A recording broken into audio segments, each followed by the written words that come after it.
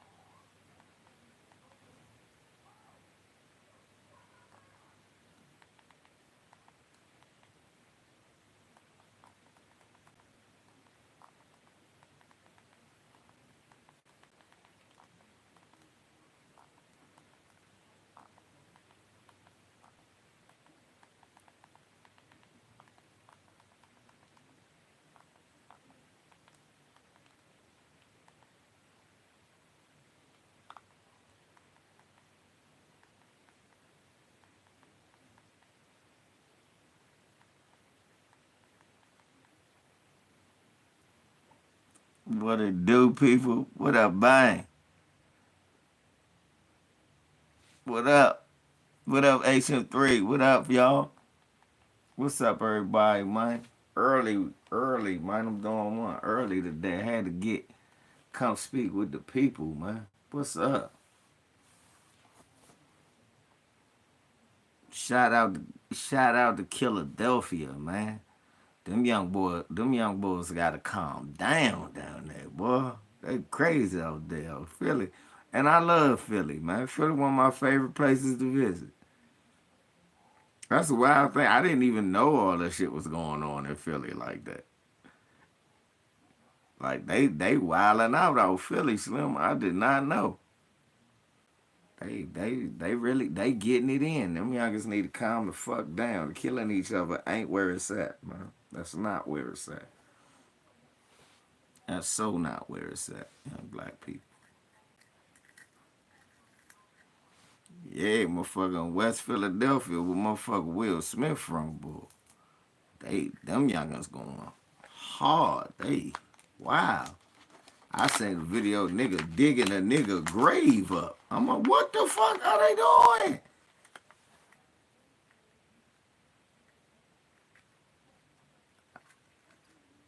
What the fuck kind of shit? What the fuck? I said, this young dude done lost his mind.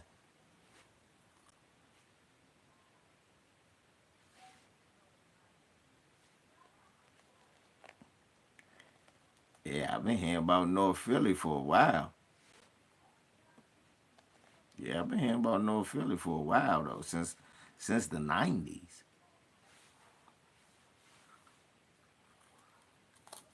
But these youngers nowadays, they going different with it.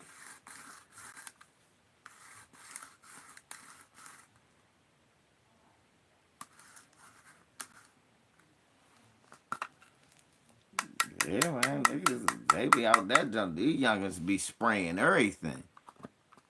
And the fucked up thing, they shooting everybody. These youngsters shooting everybody. They shooting anything. Anybody out there, you can get shot. Should have been out there. What? Type of who raised you little demons? They think that shit cool to be called a demon. No, nigga, it's not. Well, who raised you niggas? What is wrong with y'all? Calm down. Shit. They try to make it seem like the youngins around here be popping off like that. No, they don't. They do dumb shit. But we gotta start acting like when we was coming up, it was so safe. Niggas was capping niggas when we was kids.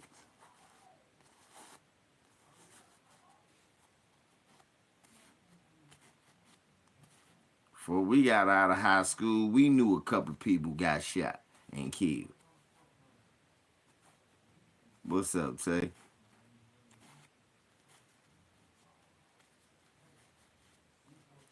Yeah, people keep acting like, well, shit. When we came up, it was the safest of times. Shit, niggas just now getting out from all the fuck shit they was doing when we was kids. Shit, this some niggas ain't never coming home, been locked up since the 80s. Niggas been locked up since the 80s.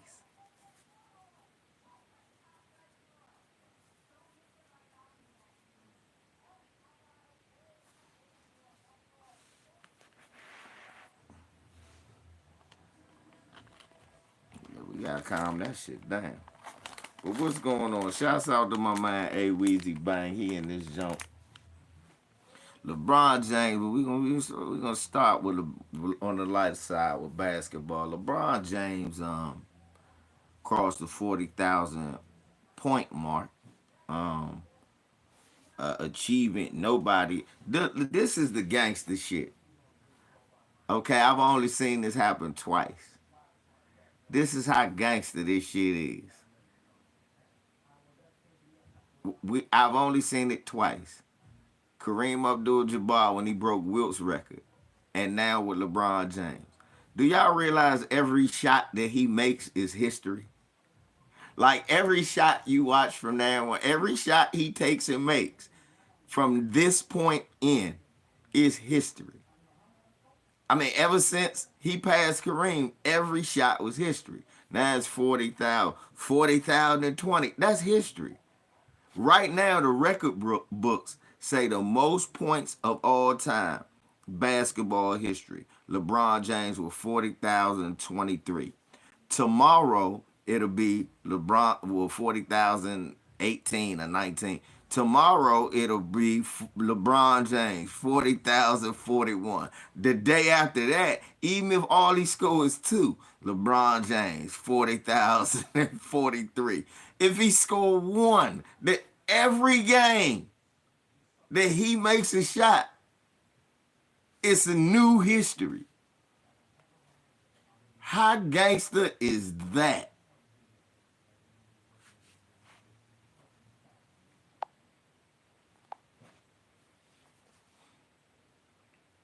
Think about that. Every game he makes a shot, that's history. No other. What's up, Tree? No other. You've only seen that 2 times in your life.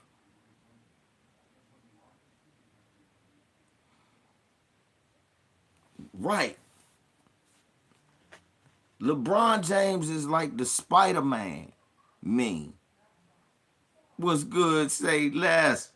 LeBron James is like the Spider-Man meme that's looking at each other because that's who LeBron is competing with, himself.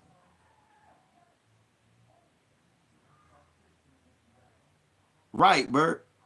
You're around the same age. You seen it too. Literally, every shot this man makes from this point on is history. It's rewriting history.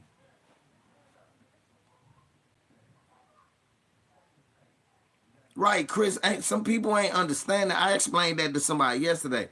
I said, nigga, do you realize how gangster it is that every shot LeBron James takes from this point forward, I mean, since he passed Kareem, is breaking history.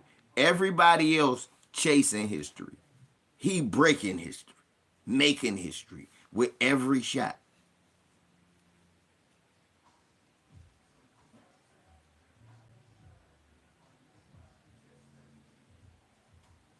Thank you. Thank you, Mark. That's the worst part. He could probably play 3 more years.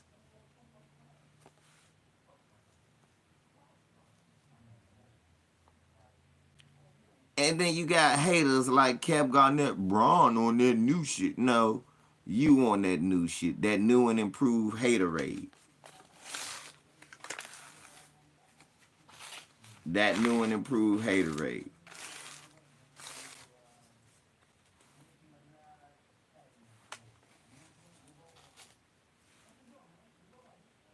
You off that white frost haterade. What flavor haterade y'all, Bert? White frost. He off that white frost haterade, y'all.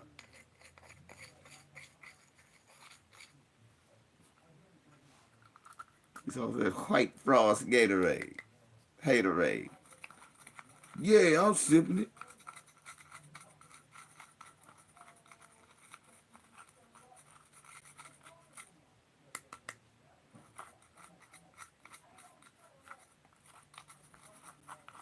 Fuck is wrong with Kevin Garnett? He just mad because he was moving like Frankenstein in his later years. That's your problem. So what was Kareem and Vince and all them on? Thank you. What was Vince and Jason Kidd on? And who ain't noticing that LeBron James jumping low as shit? What's up, Phil? Who don't notice that nowadays motherfuckers talk about LeBron ain't lose no athleticism? He didn't. Man, the other day he did a dunk off a steal. That nigga jumped low as I said, man, that low ass. It's just he jumped so high before. Yeah. K KG's a ballpark eater. And now ballpark eating is just as bad as cooning. These niggas don't know they ballpark eating. They going out their way to hate on another black man. Now, Luka could put up all the numbers. When they start talking about how he great, and when they start talking about how he greater than Jordan, let's see if these coon niggas start hating like they hate on it. And I'ma tell you they not. You know why? Cause they already pushing. He greater than LeBron.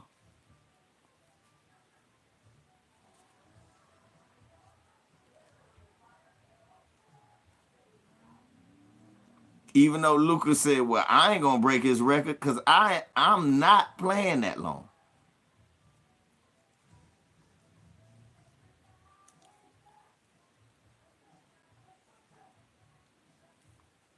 I mean, Luka Doncic said it now.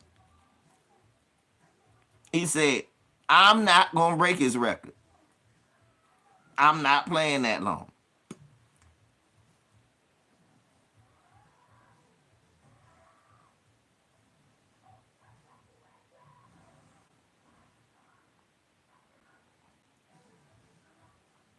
Dude, thank you.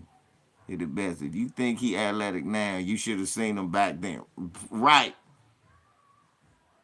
Paul George know he lost the step, but he's so good and so basketball smart, you can't stop nothing he does. Y'all understand, people don't understand. I was saying this with Jeff. His prototype now, remember his prototype used to be a cross between Magic and Jordan in them. Now his shit is a cross between Magic and Karl Malone, the old Karl Malone. They still put up 20 and 10. People think Karl Malone didn't fall off a cliff. Karl Malone ended up playing with Kobe and Shaq. You can't shoot as much as you did with John Stockton.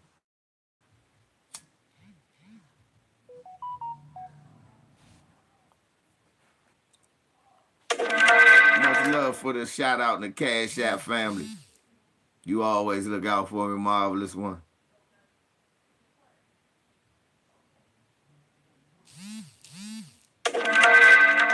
Salute, Joe.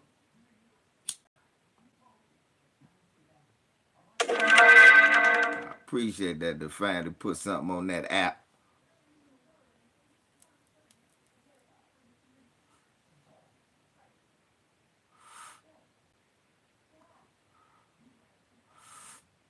What's up, Max? But real talk, y'all.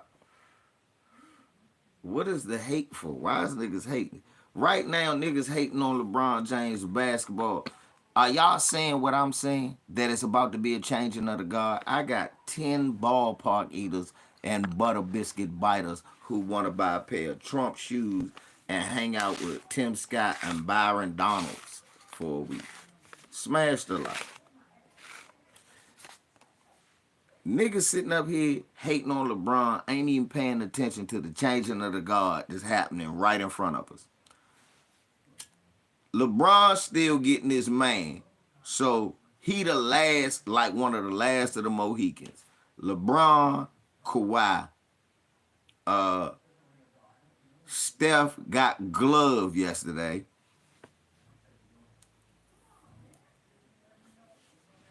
Klay Thompson losing it. Klay Thompson losing it. Kevin Durant, I don't know what Kevin Durant been off of, but Booker and Bill been playing better than him. It's like Kevin Durant can't do what he used to do. Kyrie Irving gotta take a back seat to Luka. It's about, is anybody noticing that the old guard about to go and the new youngins is making a huge come up?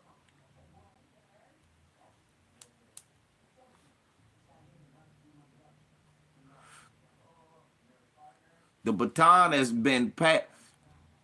Think about who won the last two of the last three titles.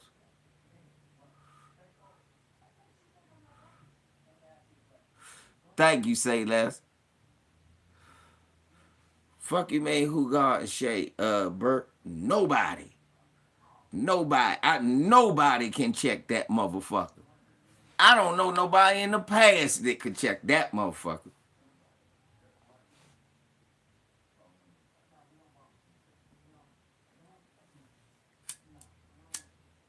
That's why I told somebody. Somebody said, "Who you like to win the title?" I said, "Minnesota." They was like, "What?" I said, "Yeah, I know." Nigga gonna say this to me, say less. Rudy Gobert don't got no highlights. I said he averaged 13 points, 13 boards, and 2.5 blocks. That's a highlight.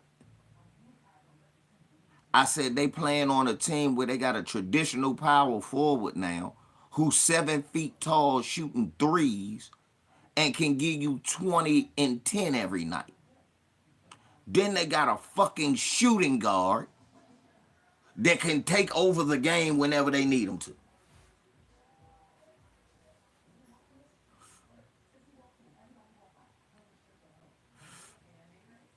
What I was trying to explain to this motherfucker Jeff was Rudy Gobert is in the perfect spot where he's a number 3. Thank you, Jeff. Their size. I told him, I said, my man talking about he a Clipper fight. I said, bruh, y'all might win. They did win last night. I said, but y'all can't beat them in a 7-game series. They too big.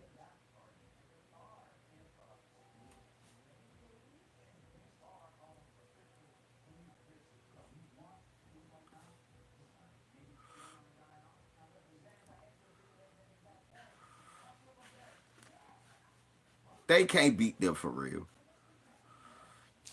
What if I try to say OKC too young? That's what people were saying about Boston when they were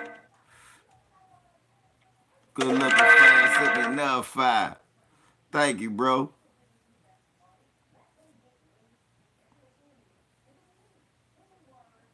I'm trying to tell y'all, man. It's a changing of the guard. All like Jeff said, LeBron and KD and Steph can still put up numbers, but they don't make the same. Remember when Steph, like the other day, yeah, he need 2 seasons. You right. Thank you, Joseph Jackson. Rudy Gobert is in a perfect spot. He's in a situation where he don't even need to be a scorer. Thank you, Callie. It's not the same impact. Steph could put up 30 and then they only be up 1. Back in the day, what's up, Craig? Steph put up 30, they up 25.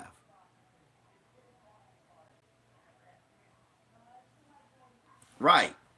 How you gonna hold a nigga to shoot threes from anywhere to single? It's not the same. They getting old. And these young guards, last year, LeBron and them was able to beat John them. But it was starting last year.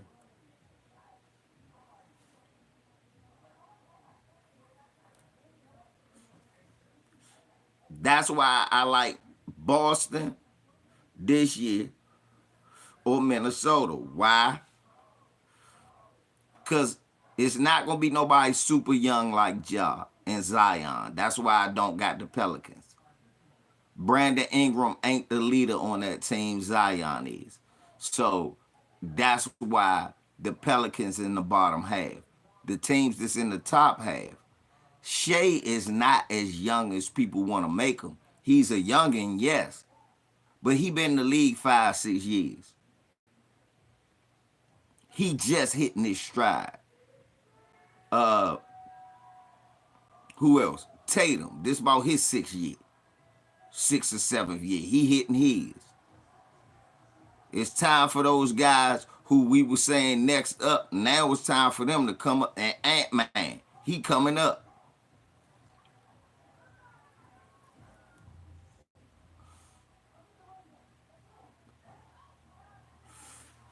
Nah, Callie, that's not it. He's not illogical.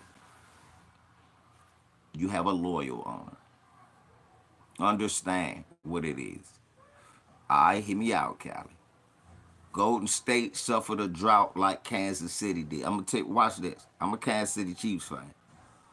We gonna do the same. I've already put it in my mind. You know we gonna do the same thing y'all did. No, the Pacers don't. They don't have no defense. Listen, Callie. Listen. I hear what you saying, but listen.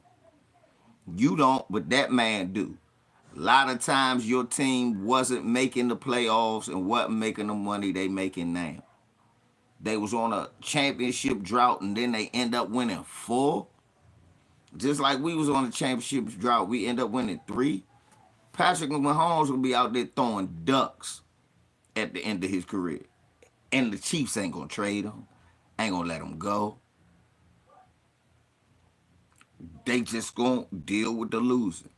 Cause we remember the times when we was losing. Trust me, Callie, y'all be fine.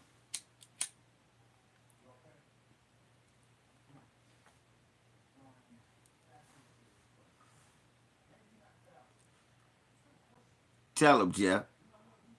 Callie, y'all gonna be fine. Don't worry about it. I understand what you saying. We could trade them off now. We can get some assets, LVC. I can hear you at the house now saying that. I hear you. I feel you. You could. But y'all not gonna do that. Y'all gonna do with the same thing like I'm telling you the Chiefs gonna do.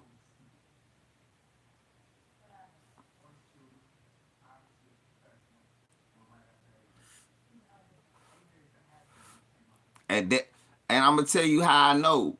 They re-signed Steve Kerr. Steve Kerr career gonna be tied to Steph Curry. When his career is over, Curry's career over.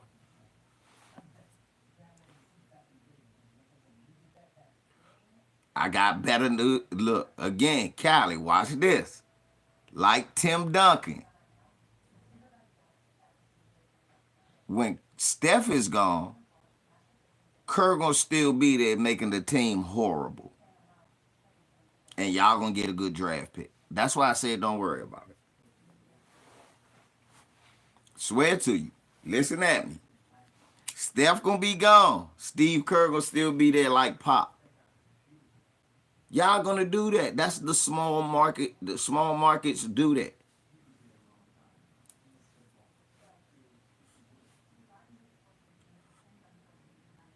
Just like Bill Belichick stayed at the Patriots, like Pop.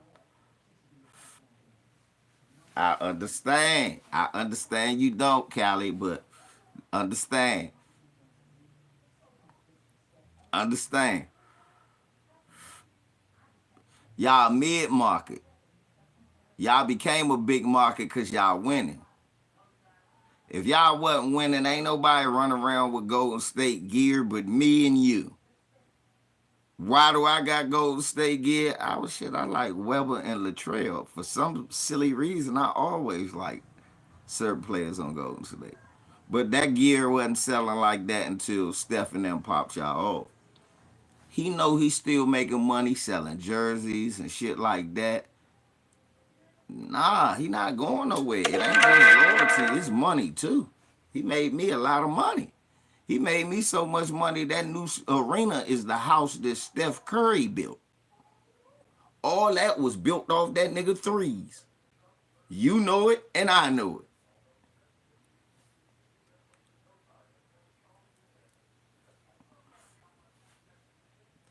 Well, Cali, y'all not in mid-market territory, and y'all not, but whatever the case may be, y'all was in a mid-market stage until the championship run.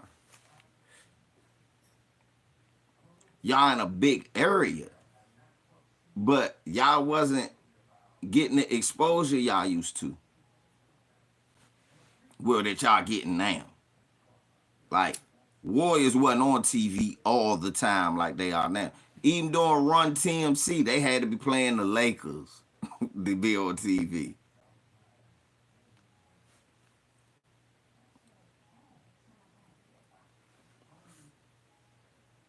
That's how I know. Now that me and you know I'm telling the truth, cause now that we old, see, well you can't tell cause you in Oakland. I'm gonna argue you down on that. Nobody was worse than Abe Poland and Ted Leonsis right now. No owner has ever been worse than the Washington Bullets and Wizards owner. And he won a championship. That nigga just got lucky.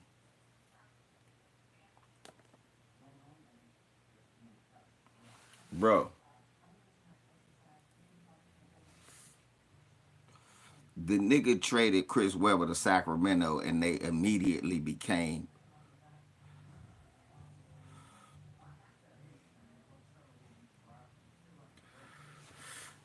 Cali, the only reason that motherfucker Abe Poland won because he was the only owner.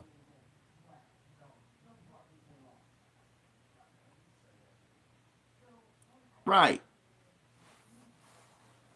Yes, he paid Agent Zero. He because Agent Zero would get us to come to a playoff game. Abe Poland only wanted to build a playoff team. He never wanted to build a championship team.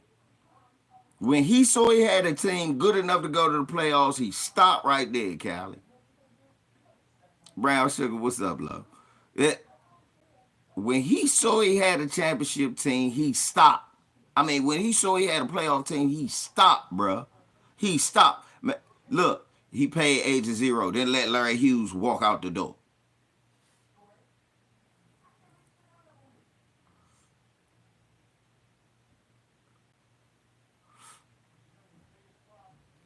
Cohan traded Weber because Weber hated what's his name?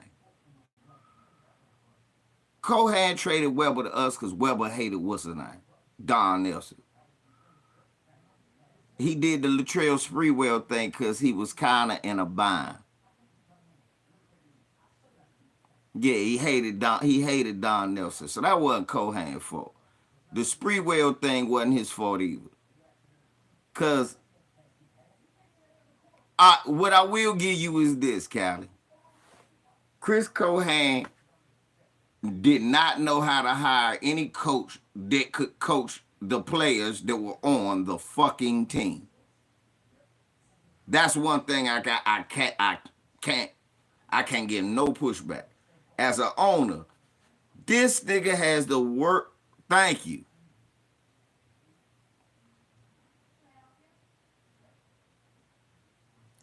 That's what I'm saying. The only time he got it right, the only time Chris Cohan got it right was by accident when he got the Baron Davis team with Don Nelson. And then they didn't run it back.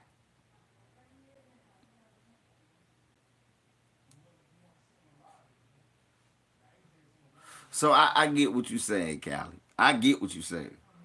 Because that's what fucked me up. He got it right by accident. That year that Baron Davis and y'all was whooping everybody.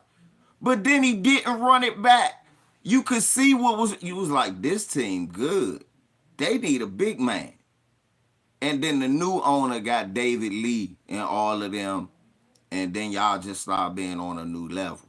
Cause they was listening to Mark Jackson for a bit. So, but that's what I'm saying.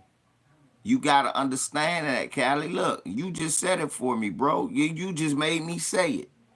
Y'all, they came into this business winning with Steph and Kerr. They gonna stay loyal to them because that's, if you open a business making money with one particular burger, even if everybody moving to new burgers, you still gonna sell that burger. You eventually gonna move on to new burgers because that's what everybody's doing. But I bet you still had that regular burger on your menu. Cause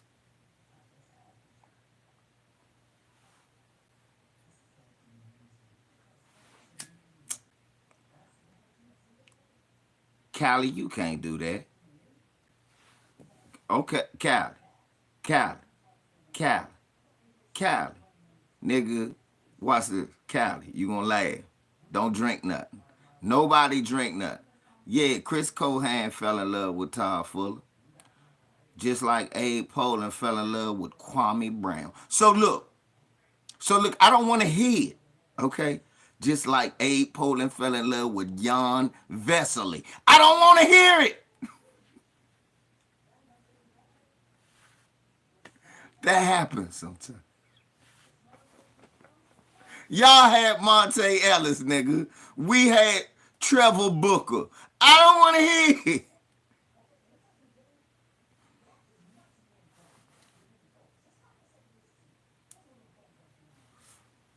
Jan Vesely didn't. Trevor Booker didn't. Andre Bloch didn't. Jarvis Hayes didn't. These are all high draft picks.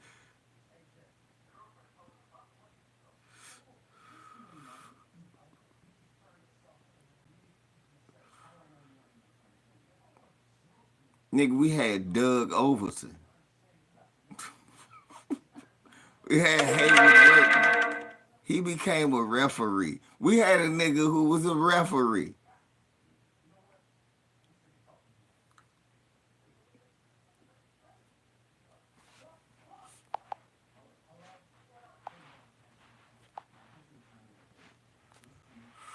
Bruh, come on, talk to me, FU2. Yeah, y'all had Ike Diogu. We going back and forth on bad, sorry niggas we had. We had Charles Jones, career high, 14 points a game. Thank you. Thank you, Sam Rock. Nigga, we had Chris Singleton. Checkmate.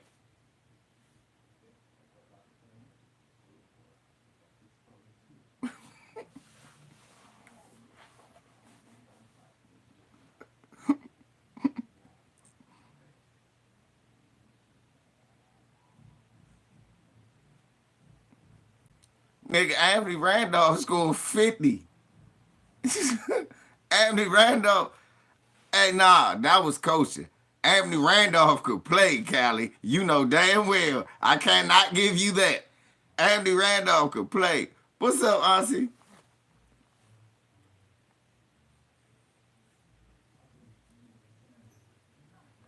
Okay, you got me right there. Okay, nigga. Patrick O'Brien. Billy Owens wasn't sorry. Billy Owens wasn't sorry. He wasn't worth getting rid of for Mitch Richmond, though.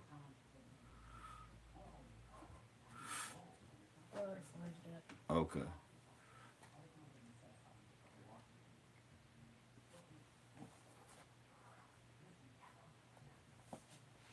Right. Anthony Randolph had games. You was like, Nelly would never put him in. Cliff Rozier was good in college, though. That shocked me, too. He was not good. Cliff Rozier was good in college, though. That fucked me up. Clifford Rozier sucked in the pros. You gotta at least give me that. You gotta give me that, Kylie.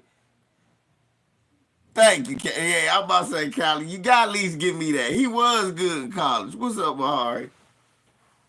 That was surprising that he's like, but Jan Vesely, Chris Singleton, Trevor Booker, uh, Doug Overton, Liddell Eccles, Mark Allery. Bro, for years I would be like what Kwame Brown. For years I'd be watching the jump like, why? Yeah. We know why y'all got again, Washburn was not a bad college player. He just no, Kylie, that ain't fair. No, cause the Wizards ain't always had mid draft picks, bro. We talking about the draft picks that who had the worst management during that period. Was it the Wizards or the Warriors? And I'm saying it's the Wizards. Juan Dixon was good in college. Let me see here. The Wizards could. John Wall is our best player.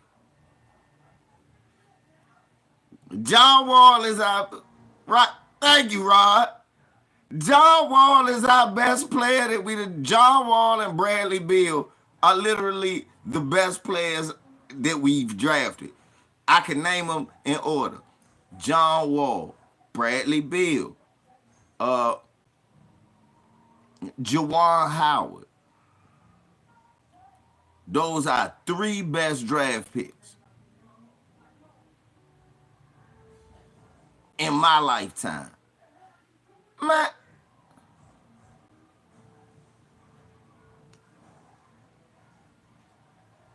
Brazilla, think about it. Who we draft though? I'm talking about who have the Wizards draft in the last 30 years. There was an impact. All them players you name it, Purvis Ellison, Gilbert Arenas, they guys we traded for. Uh, Chris Webber, Rod Strickland.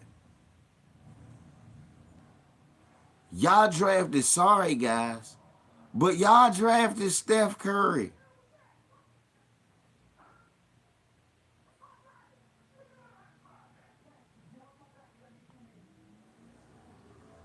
Y'all drafted Steph.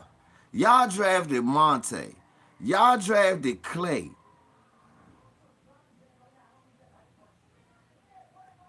Yep, Rip Hamilton was a great guy that we drafted. Samari, you know as much as I know. How much did we use him? We traded him for old ass Stackhouse. That's why I can't name him. He was a Detroit Piston. Thank you, Mahari. Calbert Chaney was a better pick.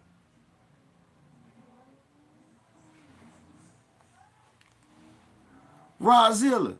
Yeah, it took the new ownership 5-10 years. No, they didn't. They just drafted smart. Because think about OKC do it all the time, Rod. Real talk. OKC do it all the time. But we going to look. I'm going to go to that last 30 years, the Warriors draft and the Wizards draft pick. How many years you want to do, Callie? 30? How many years you want? Warriors last 30 years draft picks.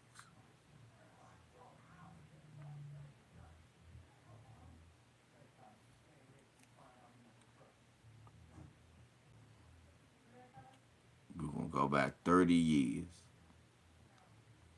So that's 93. You want to go to 93? Or you want to go 93, Cali?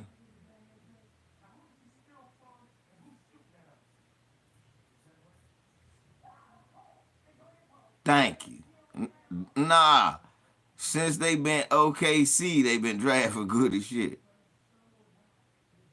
Hold on. We gonna go to I go to 91 then.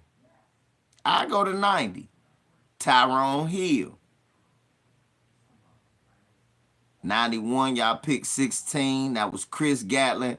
Bro, Victor Alexander was a number 17 pick. And Sean Vandiver was a 25. Come on, man. And 92, y'all got Latrell. So Latrell, Chris Gatlin, Tyrone Hill. Then y'all drafted Penny Hardaway and traded him for Chris Webber.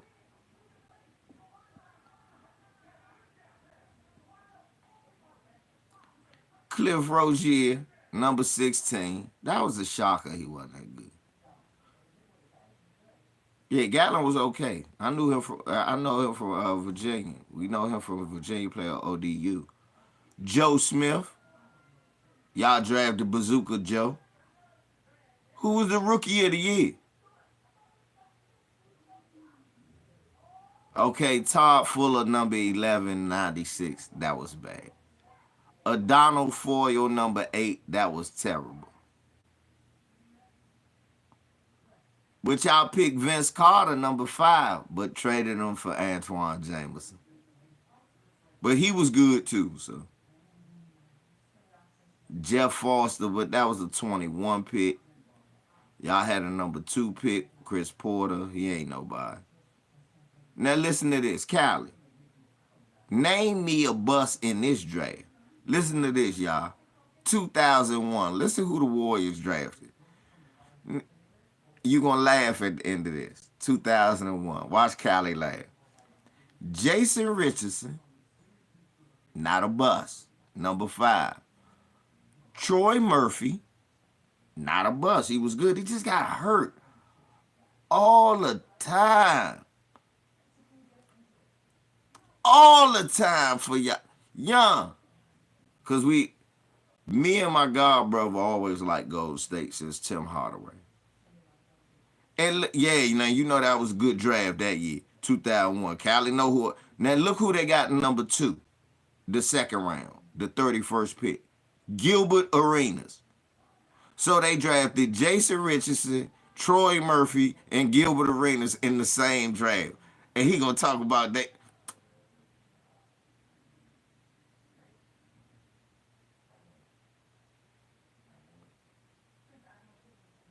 And y'all drafted Cali. Y'all literally drafted one of the best Wizard teams ever.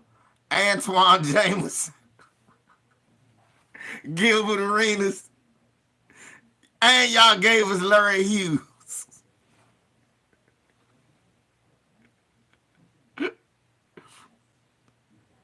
And you gonna talk about y'all draft but shit.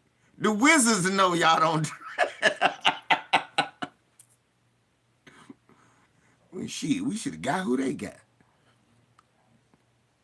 2002. All right, I give you this one, Callie. I'm sorry, I gotta get to you. Mike Dunleavy was a bust to be a number 3 pick. Let me see this.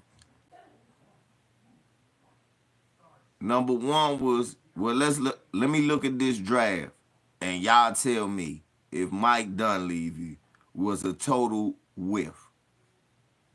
Number 1 in the 2002 draft was Yao Ming. Yeah, Peaches was good. I like Peaches. Number 2 was Jay Williams from Duke to Chicago. Yes, they did. Besides 2009 when they missed on Steph. That's true. Number 3 was Mike Dunleavy Jr. Yeah, and I think that was nepotism. Number 4, Drew Gooden. That was the same. Number 5, Dunleavy was better than Shiva Shealy. Number 6, Dunleavy was, bless you, son, was better than DeJuan Wagner. Number 7, Dunleavy and Nene. Who y'all like? Nene or Dunleavy? Who would you have rather had, Callie? Callie answer for, but y'all tell me too. Who would y'all have rather had? Nene. Everybody going with Nene. Fuck YouTube and Callie and Samari going with Nene. Who everybody going with Nene? Who else would rather have Nene? I got Nene in the league. Nobody would rather have Dunleavy. So they missed on that with Nene. Number 8, Chris Wilcox from Maryland. I liked them, but they didn't miss. Number 9, Amari Stoudemire. That's a miss. They missed with Amari. Watch this. Number 10, Karan Butler. That's a miss.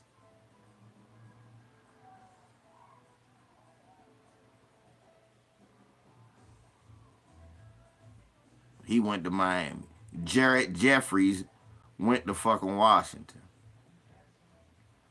Melvin Eli, Marcus Hazlitt, Fred Jones, Boston Nachar, Yuri Welsh, Yuri Welsh never played. Juan Dixon, Chris Borchat, Ryan Humphrey, Kareem Rush, Quintel Woods, Casey Jacobson, Tayshaun Prince, number 23.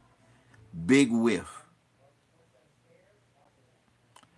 Tayshaun Prince is better than Mike Dunleavy in my sleep and while I'm awoke and when I'm around the corner. And then in the second round, Carlos Boozer, he got drafted. He was better than Mike Dunleavy. He was better than Mike Dunleavy on Duke. I don't even understand that.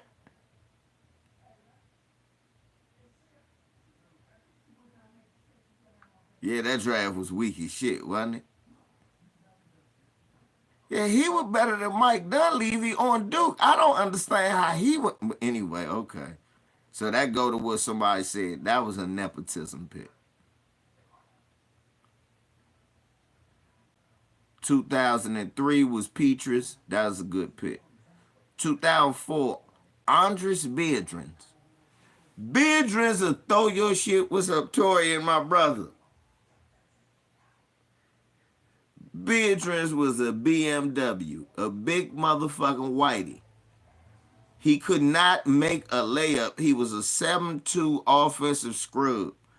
But he would throw your shit into the trees. All he could do was two hand, one hand up. But he would block everything. Ike Diago was a miss.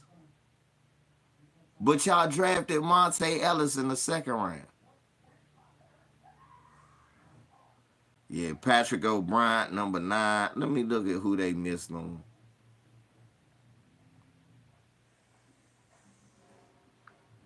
Look at who they missed on. I gotta see that, yeah, cause yeah, you got me right there. Now that was a terrible miss.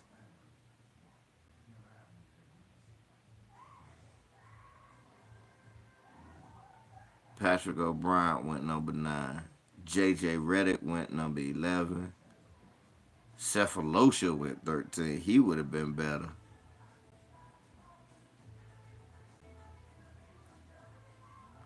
Rondo went 21. Kyle Lowry went 24.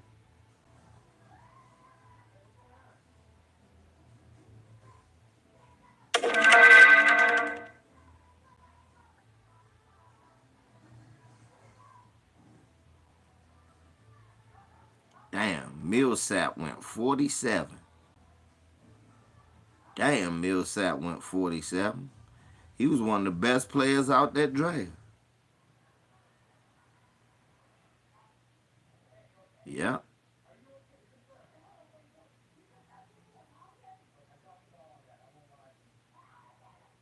Brandon Roy and LaMarcus Aldridge was the best players out of that draft. Then it was Rudy Gay, Andrea Bargnani, Kyle Lowry, Millsap, this by the numbers, and Rajon Rondo, this by the numbers. Those were the best players in that draft.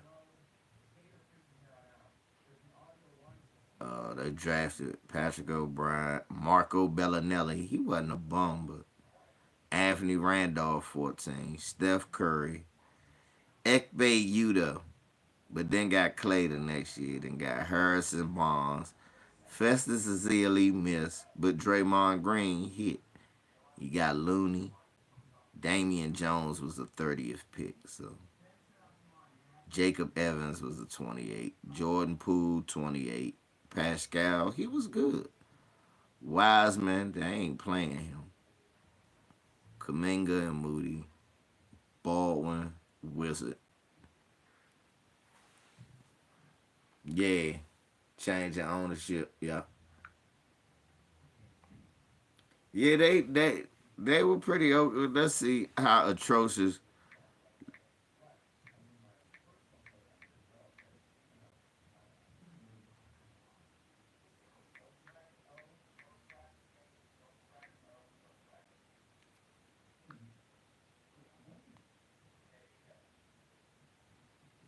Let's do the Wizards.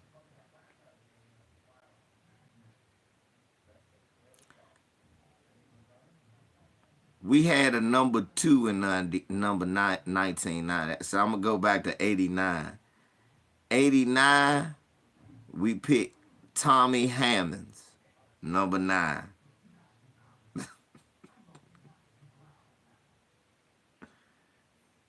Nick Anderson went 11. Mookie Blaylock went 12. Tim Hardaway went 14. Sean Kemp went 17. BJ went 18. Dana Barrows went 16. Vlade went 26.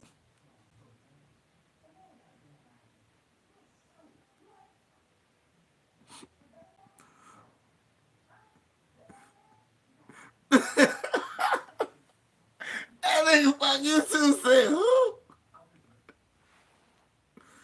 Tommy Hammonds, man, you don't remember he was riding the bench for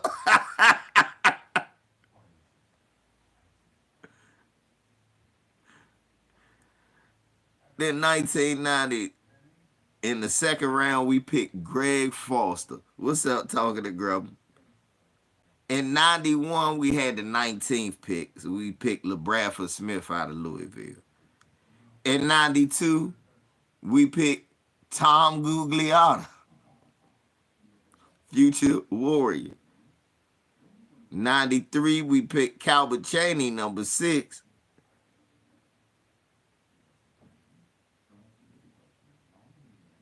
Vin Baker went number 8. Allen Houston went number 11. Let me see. Sam Cassell went 24.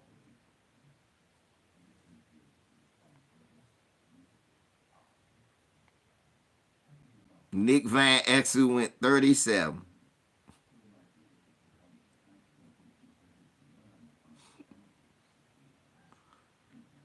All them niggas is better. I like Calvert Chaney. Every nigga I named was better than him. We picked Juwan Howard, number 5. I'm not mad at that. We picked Rasheed Wallace, number 4. Not mad at that. Then we got Ronnie Henderson out of LSU. We didn't pick our pick in 97, which was the first time I ever saw that. We just didn't pick. No. Cali, you talk about y'all the worst team to draft. We literally just got a blank for the number 29th pick. We were supposed to be, we just did not pick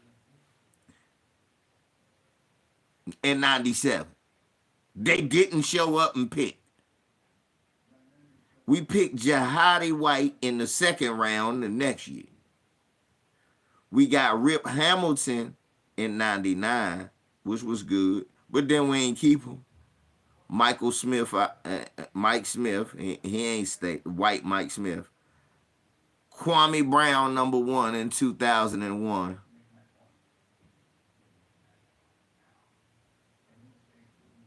Nigga, I ain't know.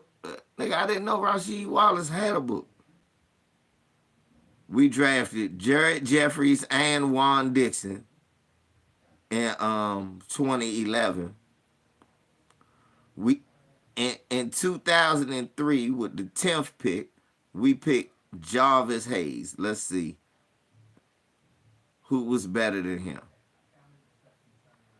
Shit, the number 11 pick, the Golden State pick, Mikael Pietrus, was better than him.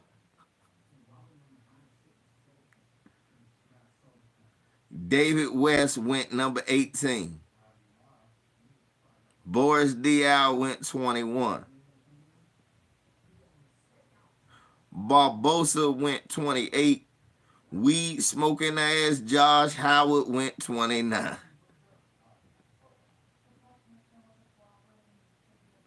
That weed smoking motherfucker. Leonard, I know that's Leonard crazy ass trolling. He on 2 and 3 different ones. That long as both of them gave me a like.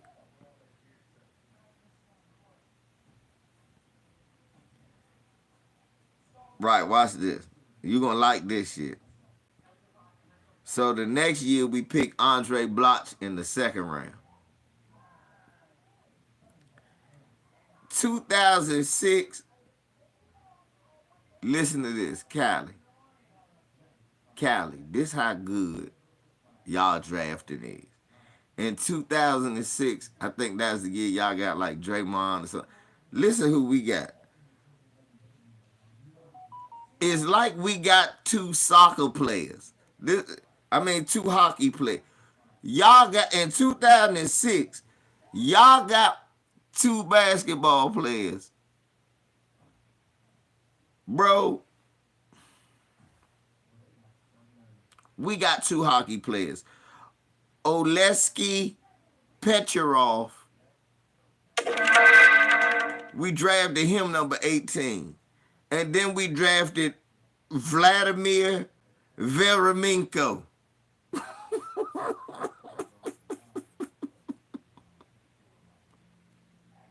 What's up? We drafted hockey players. Myron, we out here drafting hockey players in the 1st round. Callie gonna talk about they drafting bust. Callie, get your ass out. I wouldn't look. Yes, I can. I just did it. Y'all drafted Patrick O'Brien. We drafted a nigga named Oleksiy Petrov. He literally, that nigga played 111 games. For who?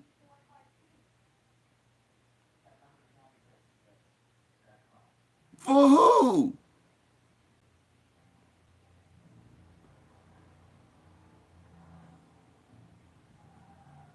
Damn, he played more games than Patrick O'Brien. That's fucked up. But Patrick O'Brien averaged more points.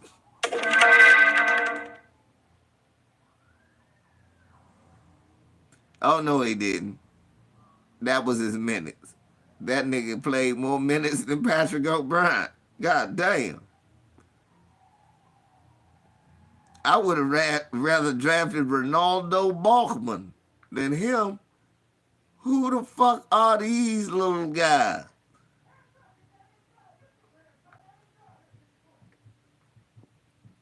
The next year, we drafted Nick Young.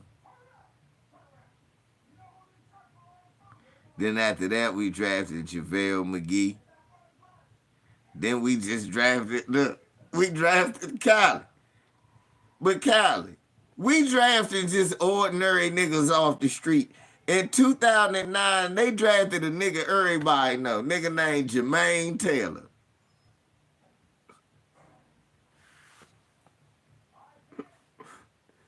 In 2009, BFTB. BFTB right there, my bruh. Kylie talk about bad drafts. We drafted a nigga everybody knows. A nigga named Jermaine Taylor. Everybody knows a Jermaine Taylor. Here goes Jermaine Taylor. He looked like every Jermaine Taylor we all know. That's who we drafted.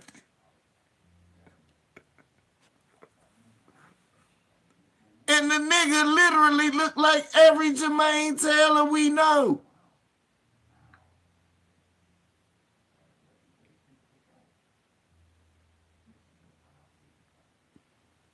The boxer, the hockey, whoever. The baseball player, the football player.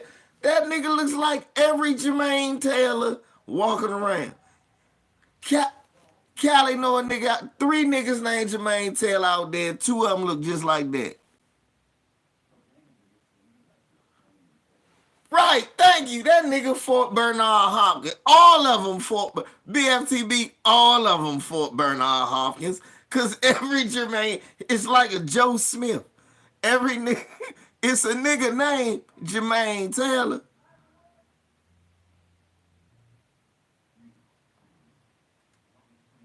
We drafted John Wall in 2010 after we drafted Jermaine Taylor.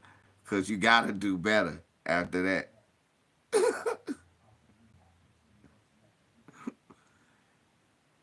But then 2011, we made up for it by drafting close enough to the right.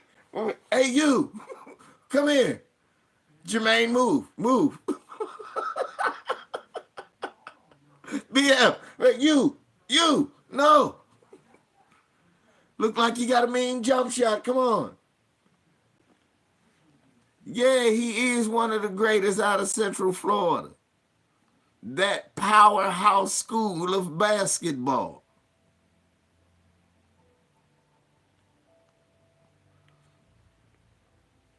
I would have drafted a nigga off the bench from Maryland before.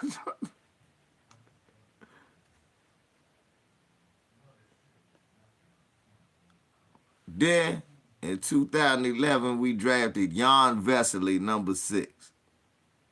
I'm a name. It was other bums in this joint like Bismack, Biombo, but Jan Vesely was a scrub.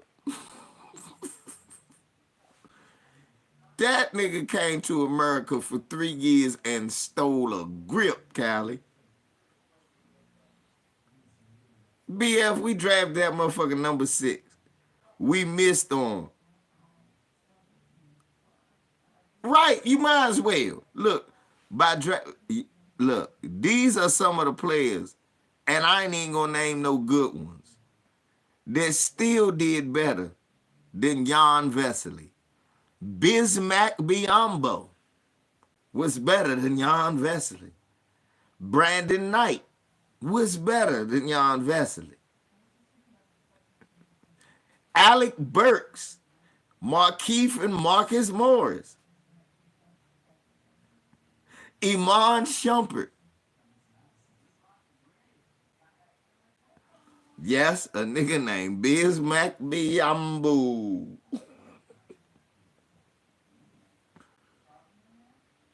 Now listen. Oh, Kenneth Fareed was better. He got drafted 22. Amon Shumpert got drafted 17. We had the number 6 pick. Now listen to this, BF, Cali. I want y'all to listen to the niggas we missed out on. Drafted number 6, we got Jan Vesely. Drafted number 9, Charlotte got Kemba Walker. Drafted number 6, we got Jan Vesely. He said Biscuit. Fuck out of here. Go ahead, bro. Let me finish.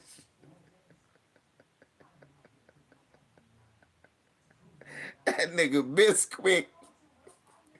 That nigga is some dough, too. This is terrible. That nigga's a waste of time on the floor. Oh, Jeff texted me something. Let me look at that in a second. But look, we draft number 6. We draft a nigga Jan Vesely. No, you don't deserve for me to pronounce your name Jan if you ain't scoring, if you's a bum. Jan Vesely. We drafted him number 6. Golden State drafted Clay number 11. Cali, that's it. Okay? Y'all won. Y'all drafting Clay. We draft Jan Vesely.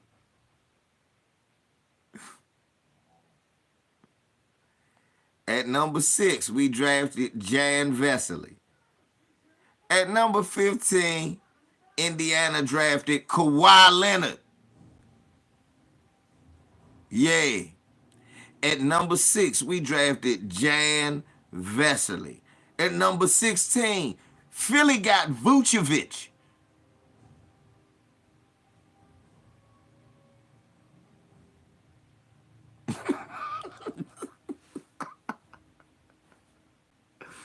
At number 6, we got Jam Vaseline. Charlotte drafts Tobias Harris. Right after Washington draft Chris Singleton. So we could have got Tobias Harris at 18, but we got Chris Singleton, and they got Tobias Harris. And we got Jam Vaseline at number 6. So now let me go past. So at number 6, we got At number 6, we got Jam Vaseline. At number 18, we got Piss Single Man. Houston drafted Nikola Mirotic that went to Chicago.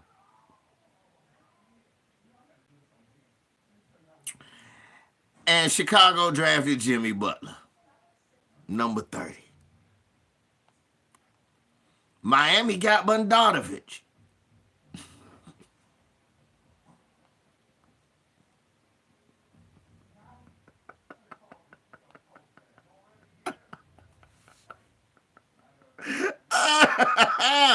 I'm so glad I'm a Laker fan. Wow. Yes. They had understand that the Wizards could have drafted Klay Thompson and Jimmy Butler and had them on the same team. And he was better. Nikola Mirotic was the worst diva in Chicago Bulls history and was better than Jam Vaseline. He could have played with John Wall hitting threes from the corner all day.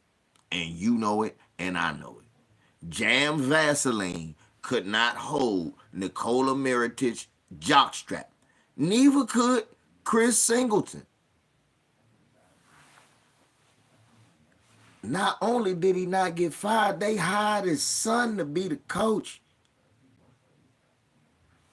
Wes Unseld, they hired him back. They let him be there till he died. BL.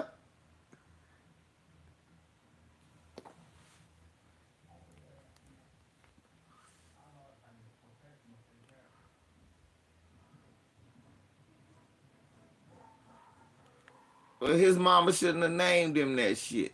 That shit is sad. I don't even want to look at no more draft picks because I know.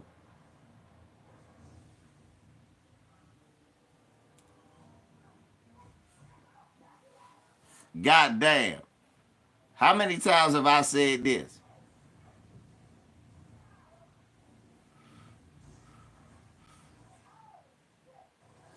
Let me read it. I'm glad BTF or BFTB on here, y'all. Now all the ballpark eaters can eat a dick. And why is niggas right? Who is BL? Dennis Rodman didn't like the NBA's 96 expansion. Quote, this league is so filtered and watered down, We can beat anybody with our eyes closed, pretty much.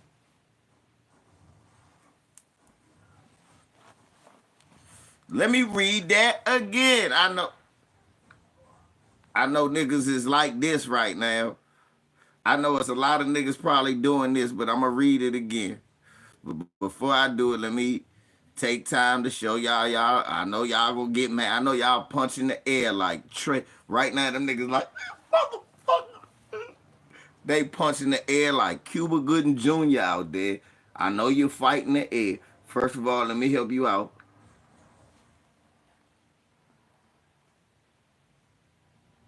Let me help you out right there.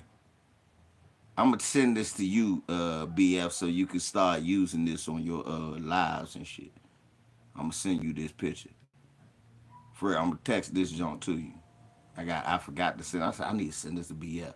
There'll be a lot of dick riders in this chat room, and they need to see this. We give them a plan B for all that dick ride, so they don't get pregnant.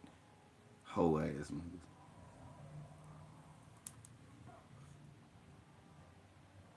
We don't want you getting knocked up. Yeah, matter of fact, let me send it to you right about that. Hold up, but I know you niggas is like this right now, cause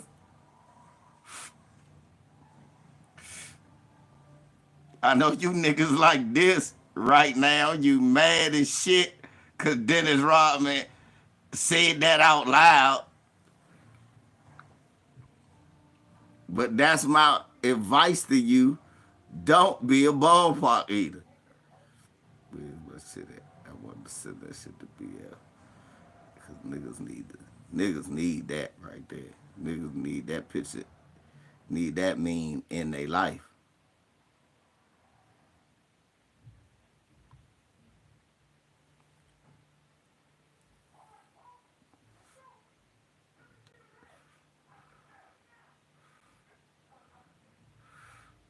Cause niggas need that plan B in their life. Send it right to his phone now. Tell me if you got it, bro. I'm sending it now. There you go, right there. BFTB. Bam. Pow. Go through, motherfucker. Tell me if you got it, bro. These oikos eaters for Giannis out this joint. They need to stop with this oikos eating. Let me read what my nigga, what my knocker said just a minute ago. Bet. Got it.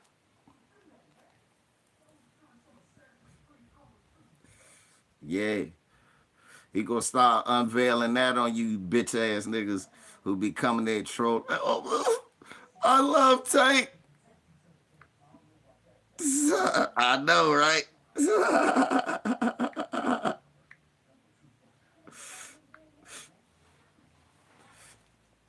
I told you, I know my brother too good. I said he gonna be unveiling that on bitch ass niggas today. Watch.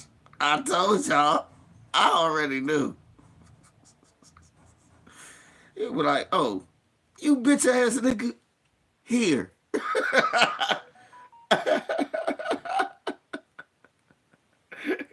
Here you go, you bitch ass nigga.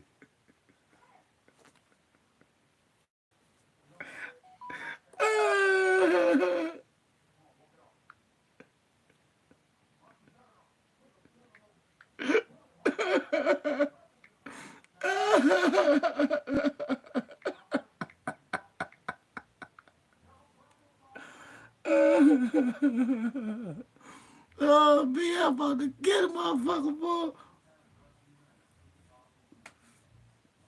It was like LeVar. I used to be like that. It's good. LeVar, don't encourage him. Why not? This shit is hilarious. Somebody need to tell these niggas that. Stop acting like hoes. Niggas scared to fight each other. I'm a boxer. Who you box? This nigga over there. But he not good. I know. I'm gonna knock him out. Why you fighting him? We don't want to see that. Yeah. He was talking bad about me. No, he wasn't.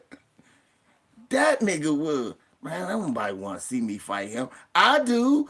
You don't count. Oh, man. I don't even. I go on Twitter. Niggas don't know I'm disguised in Twitter.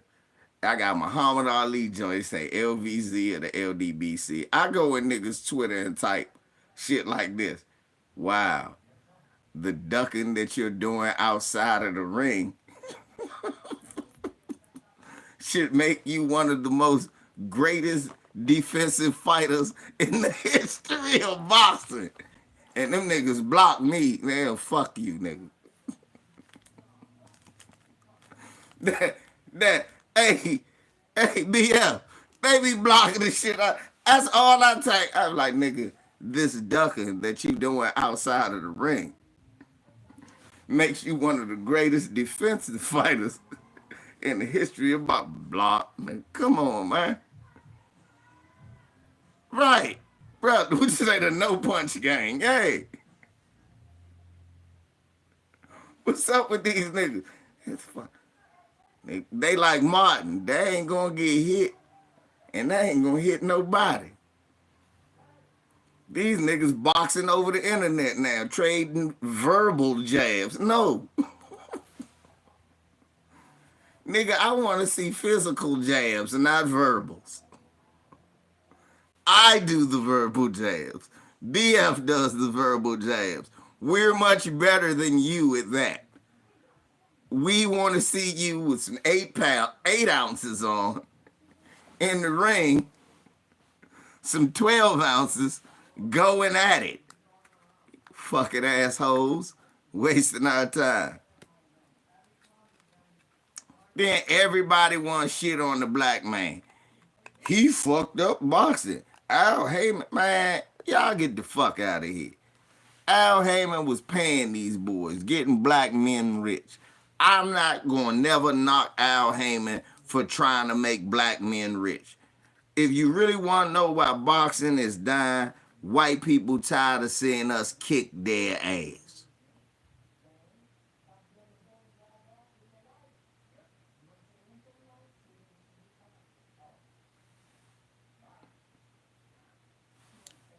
That's why nobody watched the. They can't sell the Sugar Ray shit no more. Niggas cannot coon like that.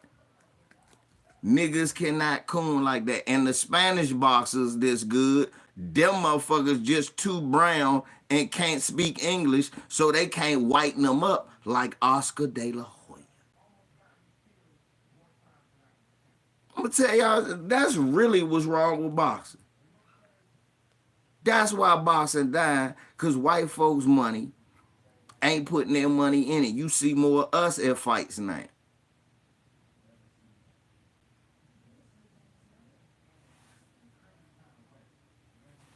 And that's cool, but we ain't gonna buy them ridiculous ass seats just to prove no motherfucking point. 9 times out of 10, a lot of us talking about boxing, so we get press credentials where we can get to the fight and get in good seats for nothing anyway. That's the first thing. Shouts out to BF, 7-8, and all the brothers that go do their thing. Now, but the business of boxing is much. Niggas like me, somebody asked me that, you watch MMA? I said, I don't watch that shit. I'ma say it again. I that shit is the gayest shit in the world. Watching 2 white boys wrap their balls around each other, and I'm gonna put my nuts around your neck. Yeah, I'm tapping out, but I'm not tapping out because the move hurt. Your groin is too close to my face. I'm gonna shoot you. This is rape. You on the back of me, nigga. I'm holding you down. I'm stabbing you when this is over.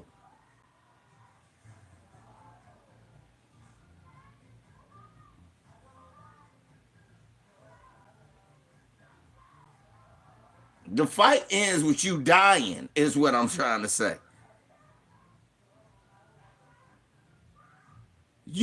I'm stabbing. Man, I ain't tussling with your big. Nigga, I ain't do that in the streets. You dying. Fuck, I look like tussling with your ass. You not taking my shoes and my shirt off and throwing me in a cage like an animal. Get him. What? And he can do anything. I'm like, all right, fuck it. This nigga can do anything.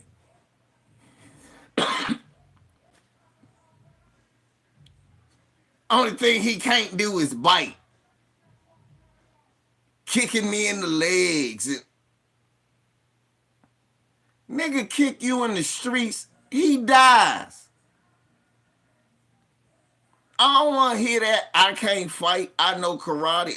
I know 45s. Nigga, you better keep your feet on the ground and let's go. You beat me with your hands, okay. All that grabbing and holding and laying on me and all, man, nigga, you meat. Cause now, to me, it ain't no rules. So now I'm grabbing something.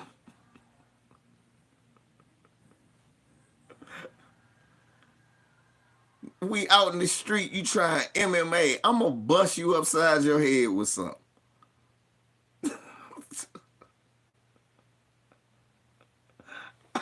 I'm gonna chest shot the fuck out of you. God. Oh, you was going in for that knee sweep, wasn't you, motherfucker? Blow. I'm gonna pole your ass. You gonna try to kick me? I'm gonna pole the shit out you. Right. I'm gonna smack you upside your head with my pistol. Wow. Oh. Yeah, fuck, you better keep your feet on the ground, nigga. Thank you, Callie. Grab a nice size rock and walk. You dilly motherfucker. What is wrong with you? Put your hands up and let's go. All that old MMA, I'm not watching that gay shit. I'm watching boxing. Niggas with skills. That impresses me. And my man BF be cussing my man Tank out. That's my man, but he be on some bullshit. Get in the ring, I'm glad you fighting Frank Martin, but I don't want to see that shit. I'ma be honest. Frank Martin wobbled him in sparring. I still don't. I want to see you beat my man Devin. If you can do that, then you going to get people respect. That's it and that's all. And why is that the way it is? Because Devin just beating everybody. And that's just the way it is. He just beating everybody.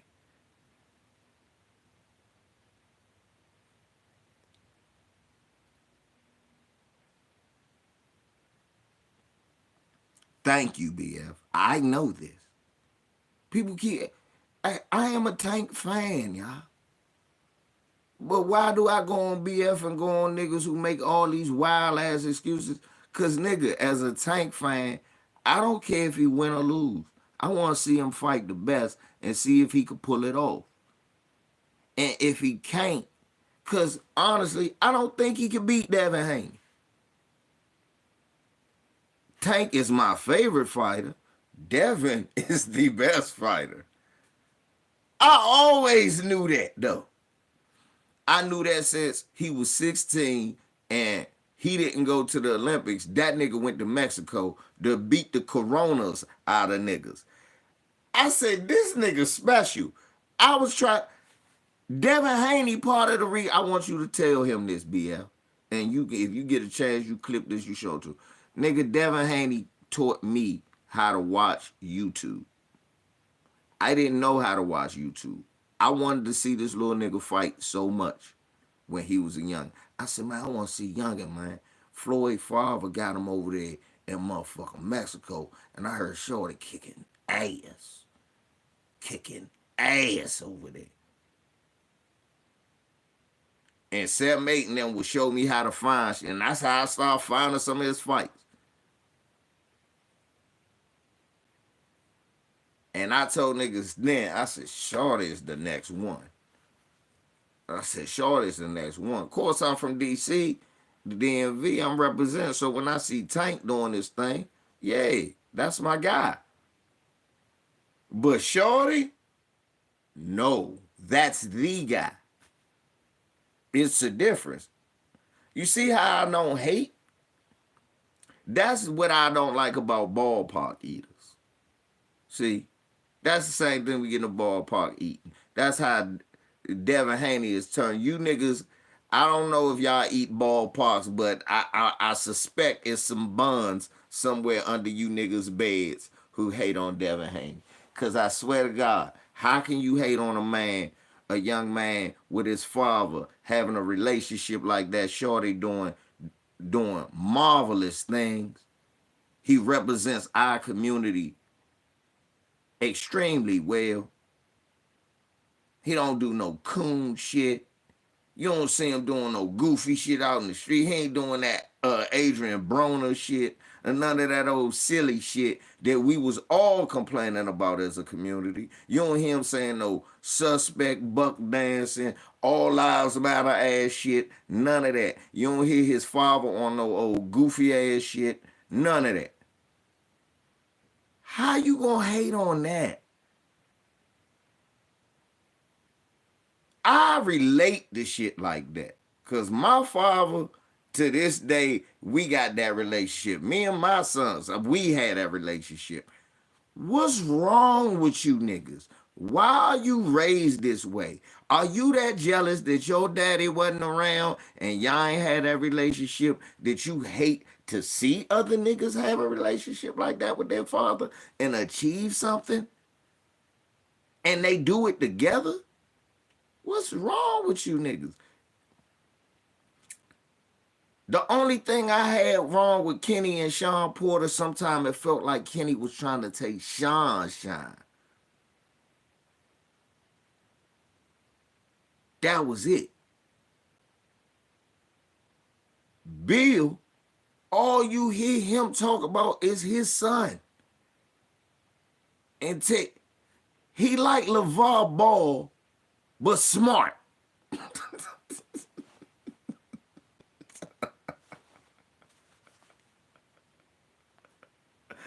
He like LeVar Ball if he was, what's the word? Smart.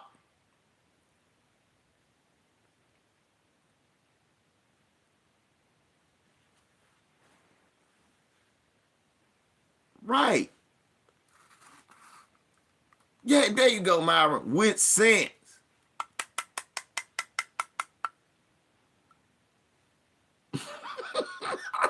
Smart. What them niggas got?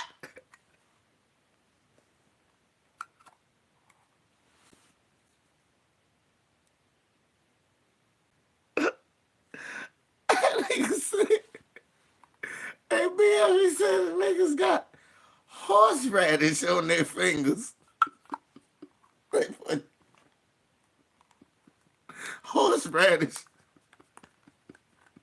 on their ballparks.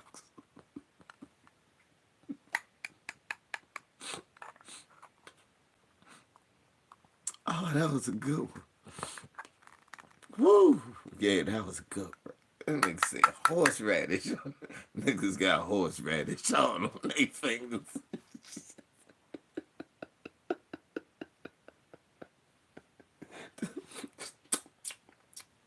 Fuck them.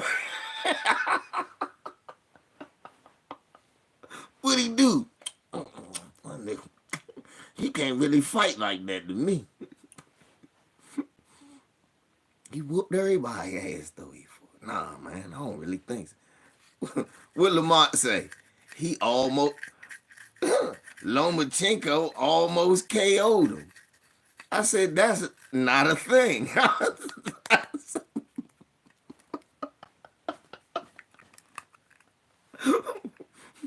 But that's not a thing. Y'all remember that? I said, but almost KO'd him.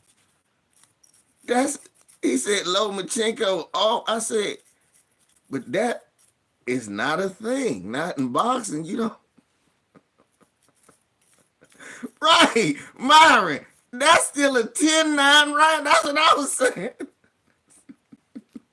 Oh shit, he almost KO'd him. Devin don't get no points for that, bro.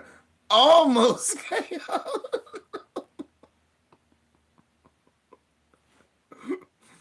I was like, Lamont, that is cute. It sounds like a little kid watching boxing. Thank you. Thank you, Myron.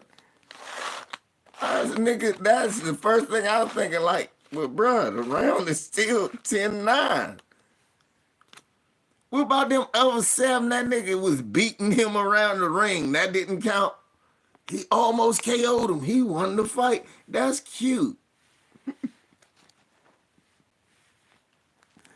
What'd he do? Did he drop him? No. Would he wobbled him? No. I mean, kind of, he looked hurt real bad. He looked, Jesus, that's not a thing.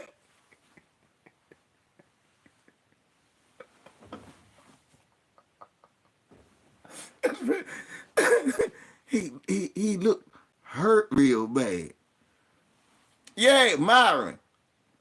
No, he didn't. If that's the case, Shane almost KO'd Floyd. No, he didn't. He almost dropped Floyd. Cause he hood enough. All black people grew up in the hood. Cali. The man father was in jail for handling his business. That's hood. That's hood. He not supposed to be in the streets, Cali. His dad did that. Barry ain't supposed to be in the streets. I did that. Charisma ain't supposed to be in the streets. I did that. They supposed to take what I did in the streets to give them an advantage and take it and move it forward.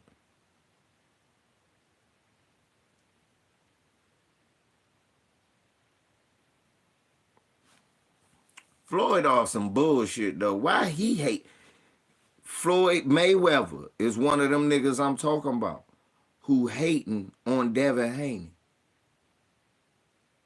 What? Because he had a fucked up relationship with his dad. Real talk.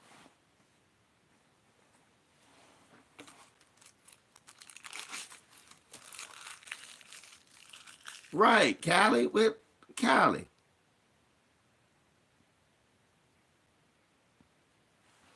Bet, BL. You make sure, you know I'm gonna be there.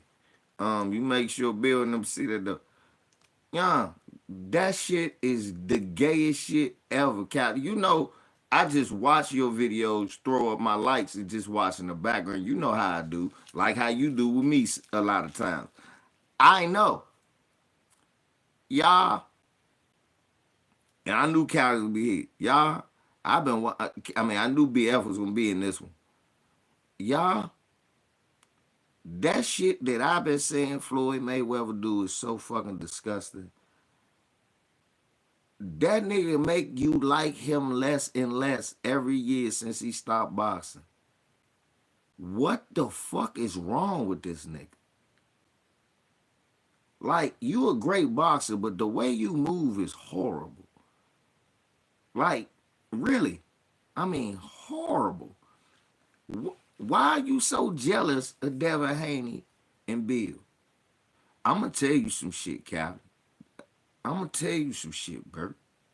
I'm going to tell you some shit, Ty. BF. In your roast, use some of this. Watch this. Yes, Myron, extremely coonish. Use this, bro. The same nigga that wanted to wear the fucking Gucci sweater with the motherfucking coon mask around it. Floyd Mayweather. Same one that wanted to wear the coon Gucci sweater that T.I. was this. You know why he jealous of Devin Haney? Because Devin Haney had a better relationship with not only his father and him, but Devin Haney had a better relationship with Floyd Mayweather Sr. than Floyd Jr. did.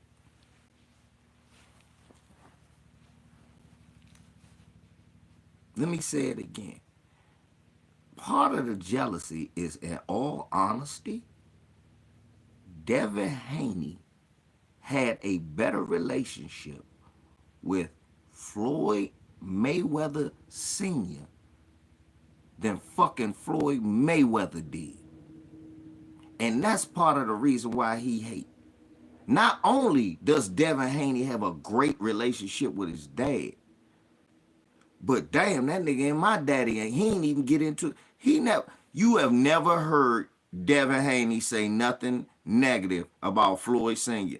That man took him to Mexico when he was a teenager and trained him most of the time till his daddy till his dad started taking over.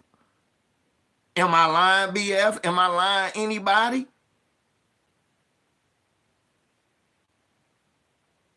And it wasn't no bad breakup. He never had nothing bad to say about the man. He talked about all he learned. And Floyd Mayweather Sr. don't never say nothing bad about Devin. He loved Devin. He always talked about this boy gonna whoop that ass. He is proud of Devin. And I bet you, even though the man going through dementia, Floyd Sr. ain't forgot. I was just with this young man, and I love to see him doing good. I guarantee you, and that eated his little petty ass. Treat your daddy better, nigga. That's about you. Treat your daddy better. Treat your daddy. I got a father. I know how it is. He say shit that get on my nerves all the time. That man raised me, fed me, went to work for me, and went to bat for me when a lot of other motherfuckers wouldn't. Because he my dad, and he love me. So it's to the extreme. The same way you feel about your kids. And you ain't realize that until later. Well, that's something you gotta clean up with you.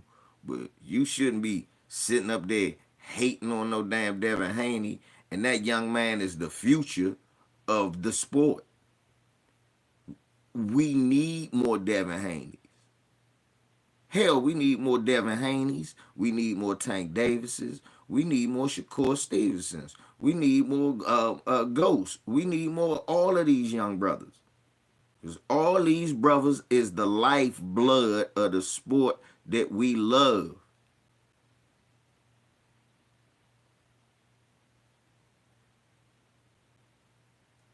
All this is the lifeblood of the sport that we love. It ain't gonna be no more Sugar Ray white boy golden boys. And us as black people, we need to start shouts out to Trill Bill, yes, and Devin. All love and respect. And black people, you need to be ashamed of yourself if you ain't behind them 110% all the way. These people have represented us in the most classiest and extraordinary way possible. They haven't shown any disrespect to our people, and they've been an exemplary example of how a father and son team should behave and should coexist. And we need to celebrate them. And anybody talking down on them ain't shit. End of story, period. Stop eating butter biscuits. You Byron Donalds ass niggas. I don't like that nigga Byron Donalds, man. Congressman from Florida run around here cooning. Oh, with Donald Trump, when he showed us tennis shoes and said we get locked up. I mean, we do get locked up. Nigga, what type of what? No, he got locked. I found out, I did some digging. The nigga got arrested for selling weed. BF, man, that's the only way I know how to keep it, bro. You know you're big, bro. You know how we do. I'm going to keep it 100. I'm going to keep it funky. My mouth been closed on the whole situation about Devin. I've been watching, because I just been watching his progression. Me and my dad talk about them. We call each other, talk about them. Oh, boy, Devin will whoop all their ass, man. They scared of him. They scared. They don't even want to fight him. He said he going to be like Andre Ward. They ain't going to want to get in the ring with him. That's my father say about him. He said, he gonna be like Andre Ward. Niggas ain't gonna want to get in the ring with him. He said, Devin got them all scared. I said, well, you know him, a Spanish boy. Oh, that ain't shit. He gonna whoop the shit out of him. Dad said, oh, so like shit. He gonna whoop the shit out of him. I said, yeah. He said, all that old bullshit, all that old rah-rah shit, man. Devin gonna whip the shit out of him. Gonna outclass him. Outclass. I got a bet. I already bet. I said, nigga, Devin whooping that ass. Oh, by knockout? I said, this is supposed to be world-class fight. Every fight ain't gonna be a knockout. If the knockout is dead, Devin will get it.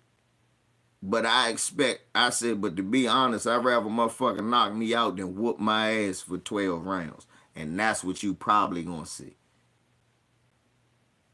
That's what I told him. A nigga you gonna see a nigga whooping his ass for 12 rounds. I said, and I hope you know boxing. He gonna be hitting them to the body, to the head, breaking them down to the body. I said, because he saw that Tank fight, and he actually goes after the body. I think he gonna get him weak, and it's gonna be a stool stoppage in the 10th, to be honest. I think he gonna quit. I think Devin gonna make him quit. For real. I think he talking too much shit to my man, and my man focused, and he ready. He gonna stop him on his stool. Devin don't even expect to come out for round 11. If you do, he gonna fold.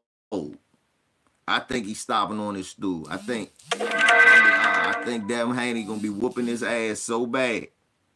He gonna be getting lumped up. His shit gonna be lumped all up. He ain't gonna want to come out there and get beat up no more. Devin gonna be able to hit him to the body. He already can't get away from him. Devin faster than him. He think Devin gonna run from him. I don't think so. I think that's what's gonna fuck him up. I think he think Devin gonna run from him.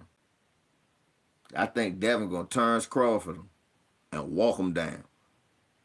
And he's like, oh shit, I gotta move. He can't punch backing up. He can't punch like that backing up. He need to set. Ryan Garcia fights like Tommy Hearns. He need to set and then get that shit off. If he can't set and get that shit off, you keep him moving. He ain't got that much power behind that shit. He can punch when he sets. Don't let him set up. I think Devin gonna come in and give his ass easy, give him smooth angles. He gonna find easy routes in. He gonna body shot his ass at first and break him down, and then beat him up. I think this nigga gonna be an old school. That nigga just got beat up. That's what I think.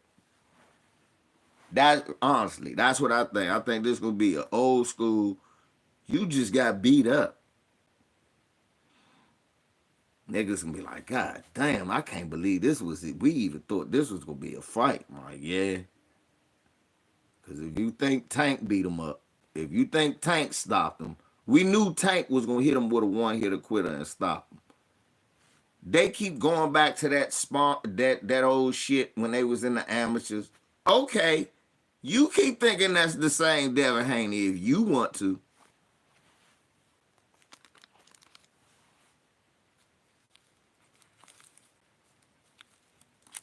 And he couldn't handle that one.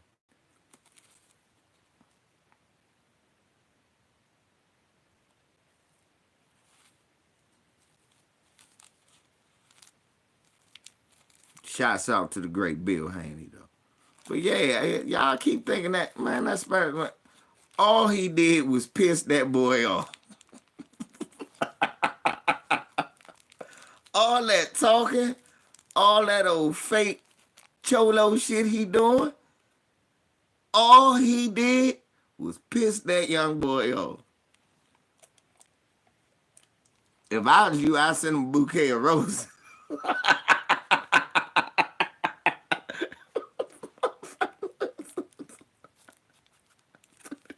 What's your favorite food, brother? Let's see. Fuck that. I'm getting his good graces.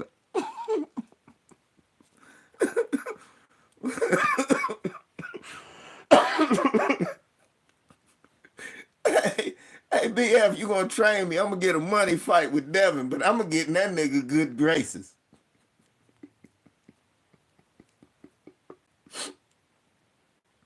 Just whooping my ass like that. Like make you mad. You just beat the shit out of me in front of everybody. No. First hook he hit me with, I'm diving out the ring. BF, go clear the check. Clear the check, BF. That little nigga fast. I'm gonna try to stick in there and make it look good. First hook he hit me with, I'm diving out the ring, y'all. Oh, yeah. Damn, what the fuck? What the fuck I do? I'm gonna have him scared. Scared he killed me. No bullshit. Hey, I'm shit. I'm gonna make it. I'm gonna do just like Ma. I'm gonna dance around. Whoa, whoa. First Joan he hit me with. Oh, Callie, you gonna be, don't laugh, nigga. You gonna be my cut man. Y'all nigga, we all getting paid.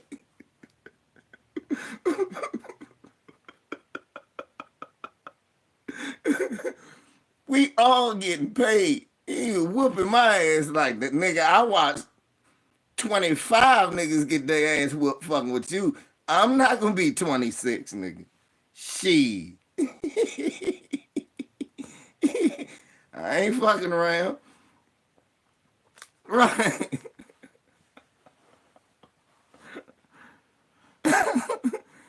Hey, the fact though, he did though. When Tank hit Ryan Garcia, he had that man looking like Kaepernick out that jump. That's right. Had that man kneeling for Black Lives. Now I ain't gonna be sitting for Black Lives. That's what he gonna say. I tell you, round 10 come to 11, I gonna be all swole up. Black Lives Matter. Not, I'm not going back. Devin gonna be out that joint ready. Come on, get some more of this ass whooping. You see, look, all them niggas talking all that old good shit about Devin Haney, none of them got in the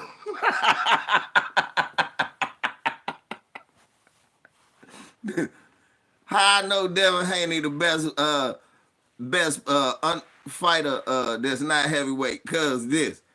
A lot of niggas talk that old shit about Devin Haney. None of them got in the ring. They didn't even try to.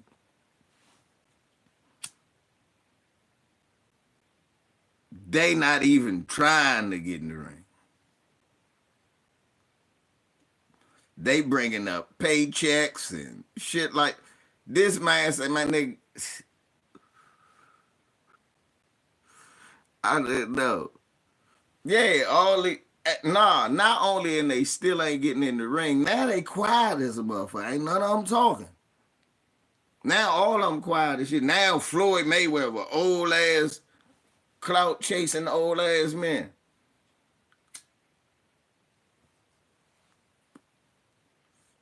Sit your ass down, be an executive or something, Floyd.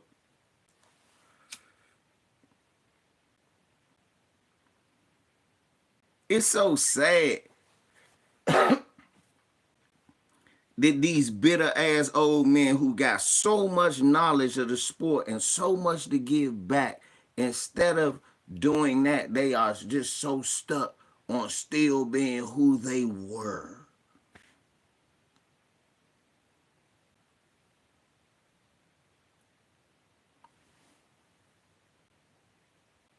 I know I'm not the motherfucker I was when I was 23, 26, 36.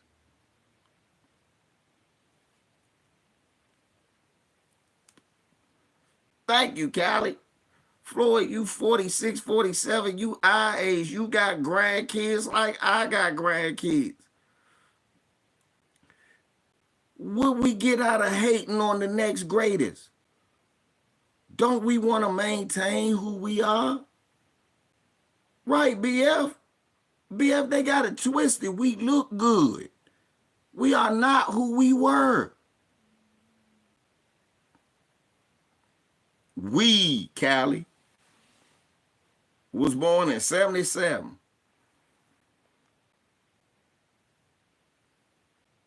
Man, I love seeing Devin Haney and these youngins whooping ass. I go to work, them young niggas be talking. I said, man, Devin Haney gonna whoop that boy ass.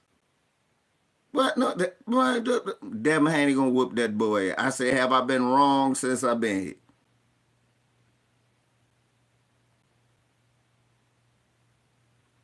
I said, y'all not paying attention. I don't never see this boy nowhere in no fuck shit or no dumb shit or none of that. None of that. No bad press, no none of that.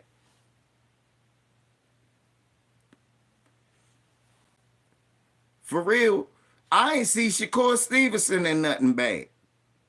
He do a little hating shit, but BF be getting on his ass about that. So, you know, good. Long as we got BF to get these niggas in line, I'm good. And then I come on and say what I need to say, but yeah, Shakur don't get in no trouble. You know what I'm saying? I tell you what we need to do. I need Devin to get that motherfucker Teofimo Lopez in ring and whoop his ass.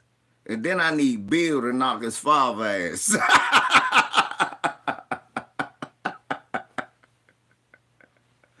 Knock both of they racist ass. I wish I was white ass out. They sitting up here acting like they white men. They somewhere they hiding a grandmother blacker than me.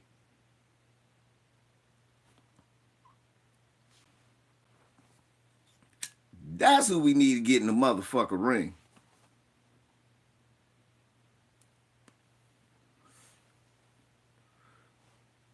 For real, after Devin whooped the shit out. After Devin whooped the shit out of Ryan Garcia, yeah, I heard Keyshawn put his daddy to sleep. He don't want none of Keyshawn neither. Keyshawn, shouts out to VA. Shouts out to VA. Keyshawn for VA.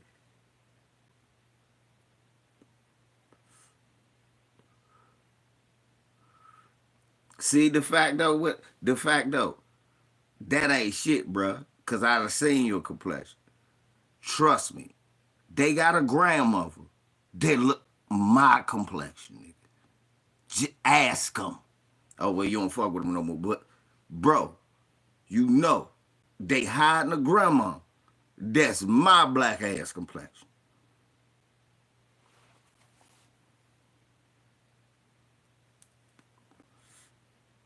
And they got the nerve to run around here acting like they black.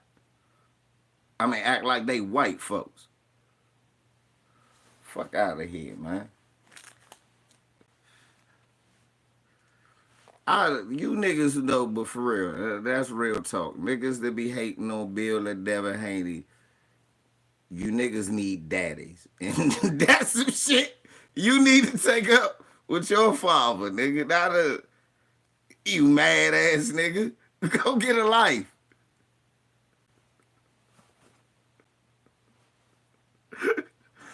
I hate my father because he wasn't shit. That's why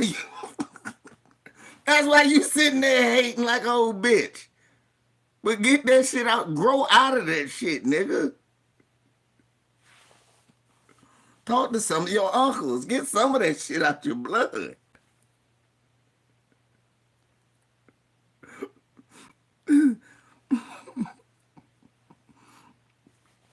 Right. Thank you. Niggas who grew up watching He-Man, you too old to be hating on Devin Haney.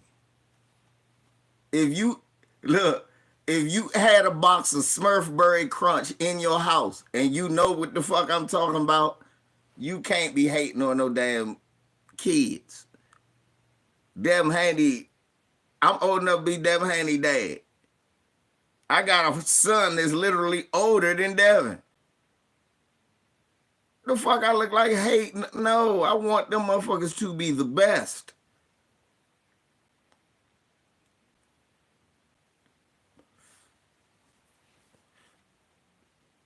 Right.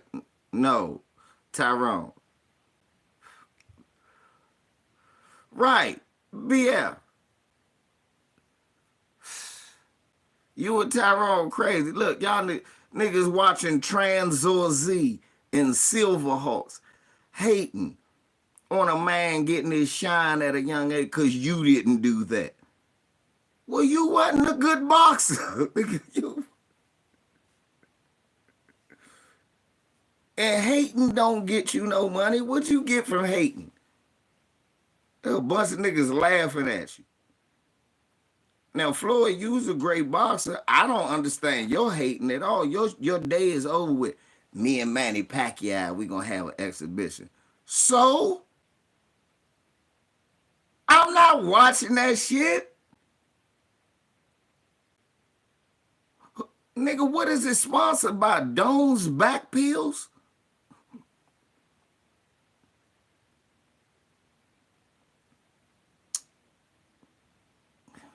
Come on.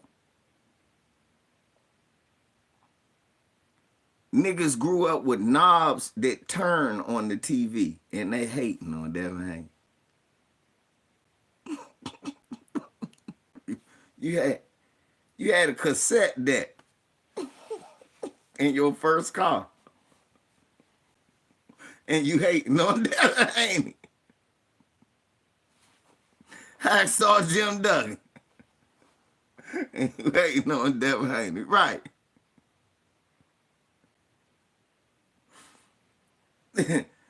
Niggas grew up saying they was the next ravishing Rick Rude. And you hating on Devin Haney. You used to jump off the couch and drop kick your brother talking about you Coco beware. And you hating on Devin Haney. Right. You used to rip your shirt up. This is what they used to do, BF. They'll rip their t-shirt up and tie it around their little bone and come running from the bathroom into the living room talking dun, dun, dun, dun, dun, dun, dun, dun, dun, dun, dun, dun. But you hating on Devin Haney. You wanting to be ultimate warrior ass nigga. He tied tore up t-shirts around his arms. Right.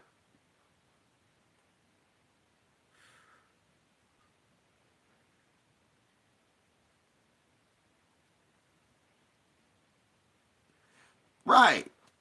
Come on, Callie. Nigga, if you grew up watching Walter Payton live and listening to Phil Collins, who always looked old, but he he actually was young then. You ain't got no business hating. Trying to steal somebody's shine. And Floyd, you got to transition into something else, Mr. Mayweather. You want somebody to just roll you out in a wheelchair with boxing gloves on you. Floyd Mayweather is here. You're becoming a clown act, sir. It's time to branch off.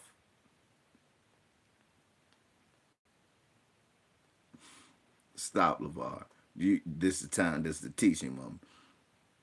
It's the time to branch off, Mr. Mayweather.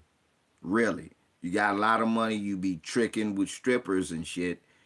You could be helping build the platform that helped make you one of the richest athletes ever and one of the most successful athletes ever. You could probably help blow up that platform by not hating and maybe build something where these guys could come and fight instead of on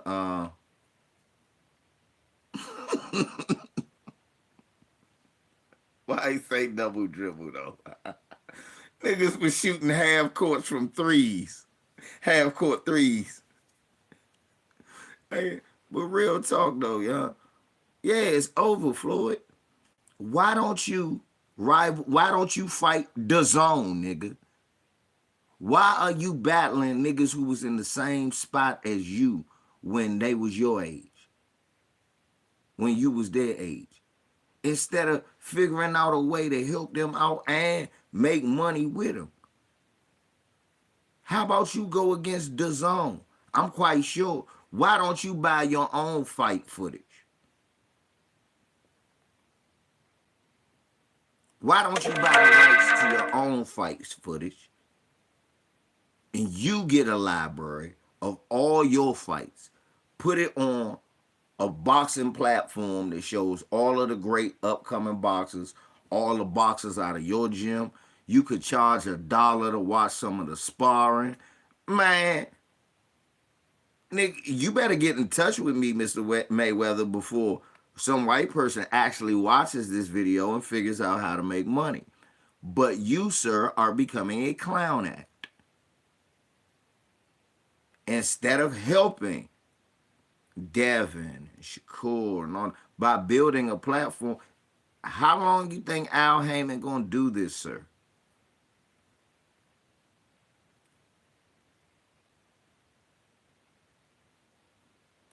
How long do you think when he had the Jerry curve?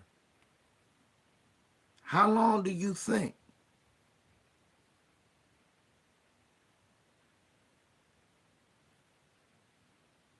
If you watch Larry Bird beat Jordan in the playoffs, right? Any nigga who saw Larry Bird beat Jordan in real life, not on videotape, that hating shit, nah, get that shit from away from me. That's the truth right there, BL. For real. If you saw Kareem Abdul-Jabbar play,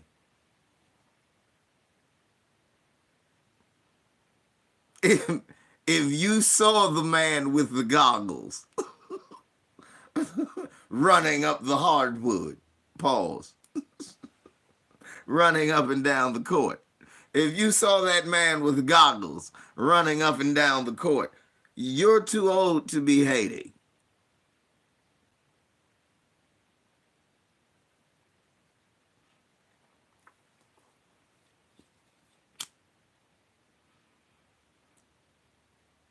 If you were old enough to have Reggie White's rookie card, you are too.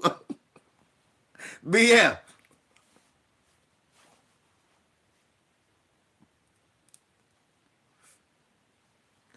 If you are old enough to have Reggie White's rookie card,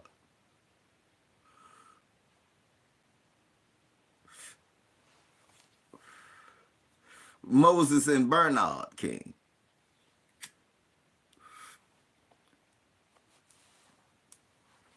you too old to be hating. You want Jordan versus. Right, thank you. That's what I be saying about the ballpark eaters, BF. Nigga, you watch Jordan versus Dominique, Atlanta versus Chicago. Every time they played each other, Jordan had 40, Dominica had 40. Jordan had 50, Dominica had 50. Jordan had 30, Dominica had 30.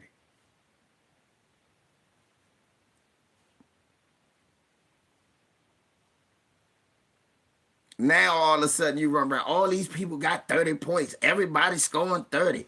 I don't like the NBA like this. I ain't never seen the NBA where everybody scored 30. I be like, oh really, nigga?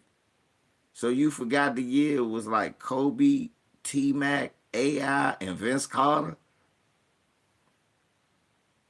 You forgot that year, nigga.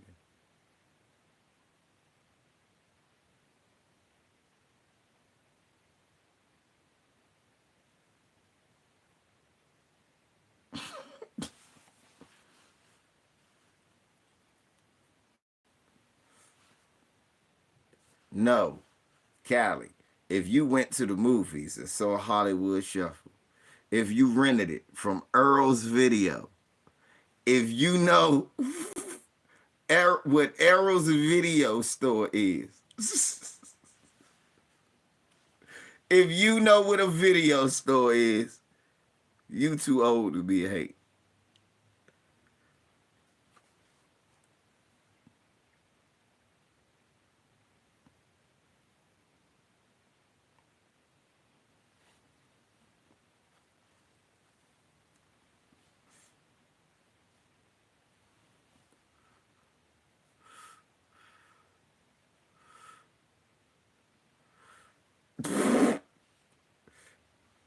Thank you. Go ahead, retire your hater hat, nigga. If you heard Bob Barker tell a nigga come on down and not Drew Curry,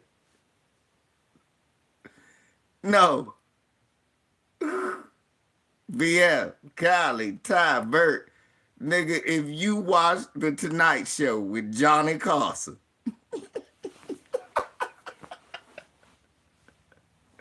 take your hater shoes off, player. Take that hater suit off.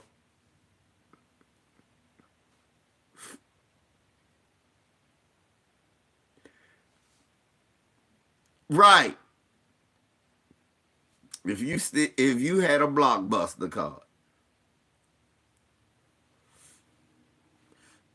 Callie, if you know where Sinbad got his start, sit your ass down.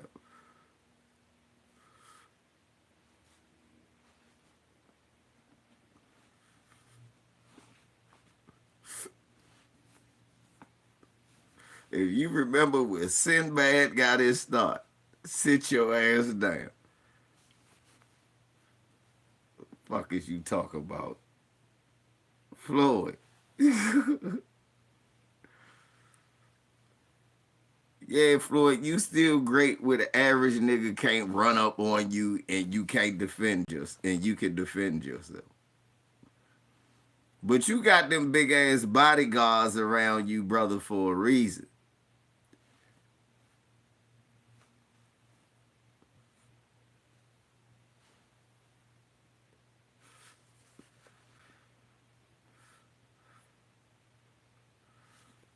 Shit. So stop it, tough guy. Stop the hate. Cause you didn't like it when niggas hated on you. I distinctly remember a young Floyd Mayweather saying, "You won't never give me my credit. HBO should fire your ass." Man, here you go, not giving a nigga his credit. Make it make sense. Make it make sense.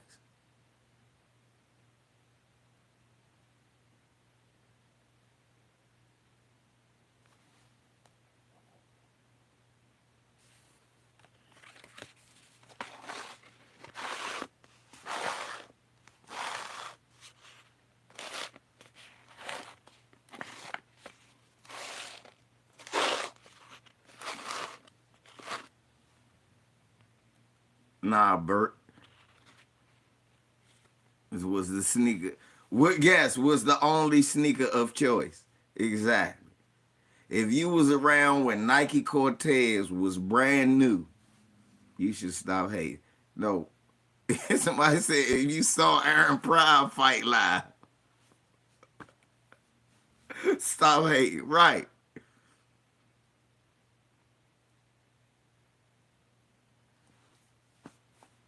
Yeah, that's what he's saying. Ballpark eaters are the same as Devin Haney haters. They the same. And they a bunch of coons. Cause they only hate on other black athletes. All these people got great things to say about Lomachenko, who Devin Haney beat. Then a lot of these same niggas, he robbed Lomachenko when they know like I know. That man was beating that man. The man gave him the first 7 rounds. Devin ain't have to. I had Devin up 7 rounds after the first 7 rounds. No, it was 6-1. after the 7th round. Then I had him win like the 9th, 10th, and 12th.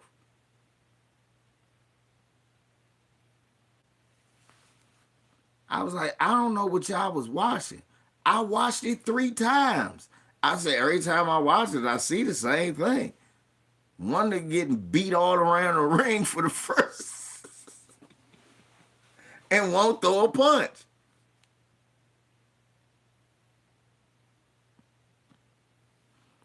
Good God.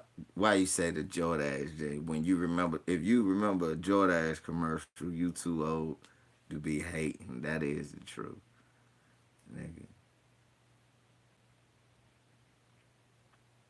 Thank you, BF. I knew I wasn't crazy. That's what I just said. I know it was 6-1 at the round 7. That's what I gave him. 6-1 after round 7. He didn't get shit. That's what I was saying. BF, I don't know how the fuck you lost the whole first half of the fight easily.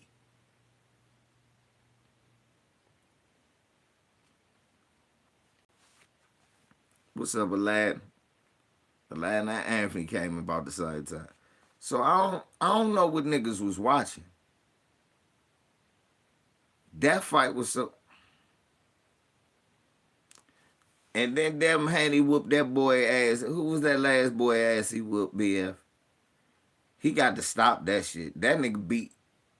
Devin Haney beat the last nigga ass so bad, I got brain damage. I can't remember who it was that was in the ring.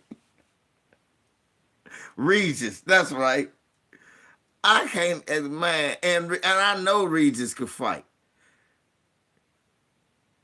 Devin beat that man so bad, he knocked me out. He got to stop that shit. I text BF after the fight. He told them that shit. They was laughing at me. I said, bruh, tell them niggas, man. They tell Devin, man, he got to stop that old shit, man. You can't be beating a nigga so bad you knock one of your fans out. I said, God damn, this nigga can't hit him at all. Pop, pop, pop. God damn. Pop, pop, pop, pop, pop, pop, pop. Damn. Pop, whoo, whoo, whoo. Pop, pop, pop, pop, pop. Damn. Man, damn. Damn. He can't hit him at all. This is going to be easy. I woke up. I woke up. My eye was hurt. I said, oh, shit, my eye. Devin caught me with a flurry. I said, God damn, what I do? It's fucked up, y'all. Tell your daddy on it.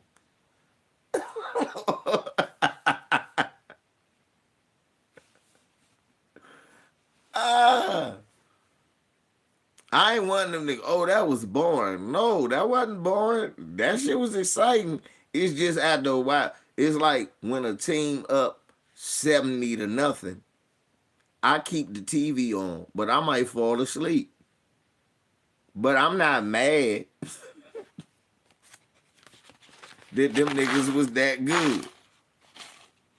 For real. It's like yesterday, the Celtics blew Golden State. I fell asleep. I was like, damn, they busting their ass. I'm watching. I'm like, man. I said, boy, they ain't coming back. Woke up at the end of the game. I said, damn. Right. This nigga just was outclassed. Regis a hell of a guy, too. Regis ain't no bum. Regis the real deal. Not fighting. The younger just too good. And it's what it is. Just live with it. It's what it is. Younger too good. Same way I was saying about Shakur for a while. Shakur too good. But I said the nigga get beat him is Devin Haney. I said if Shakur was smart, he would have fought him early when he was younger. He might have got him. Not now. And I always said that when they was younger and they had that little sparring and they leaked on Dante's Boxing Nation. I said it looked like he can't hit Shakur right now. I said Shakur getting the better of him because he don't know how to hit him right now. I said, but that's because he 16 years old. That's what I told people. I said, what we got to understand is in this joint, Shakur was like 18, 19, and Devin like 16, 17. I said, that nigga ain't no. I said, no. Y'all got to understand. Okay. Shakur could have got him when he was younger. He should have fought him earlier. That's why I was glad they didn't fight early. Because I wanted Devin. I wanted Shakur to come to his senses and realize once Devin get big enough, there's no way he could beat him. And stay at the lighter weights and whoop everybody ass down there. Then Devin go ahead clean up 140, get that. Then he be the next king at 147. And Shakur be 135, 140. Tank will still be knocking niggas out too. And, you know, boxing to be the sport of the kings again. Shouts out to Gary Russell. Be the sport of the kings, where all the kings is running the sport. I mean, yeah, you got Tyson Fury, but he's a cokehead. The niggas with the real skills is down at the lower weights. Always been that way. Be honest. All our life, the heavyweights was good. The only heavyweight we admire because of his skill set is Muhammad Ali. Because he's the only one that move like the little guys. The guys closer to our size or our height, the average size guy. Be honest, we even the big guys love them more. You thinking about Mike Tyson talk about how he loves Sugar Ray Robinson, and all of them. Of course, he loved Ali, but it's because he fought like those guys.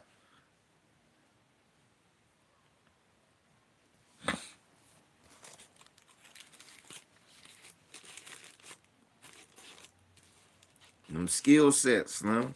That's what it is. A nigga being sharp. You can't hit him, and then he walk. That shit, like Terrence Crawford, super footwork,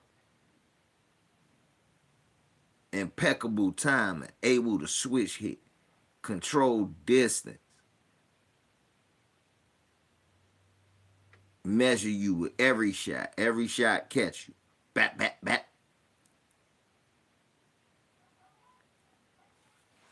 Niggas respect shit like that. That's why niggas used to get Lomachenko props, but they was giving them too many. That was bothering me. I was like, this ain't nothing you ain't never seen before.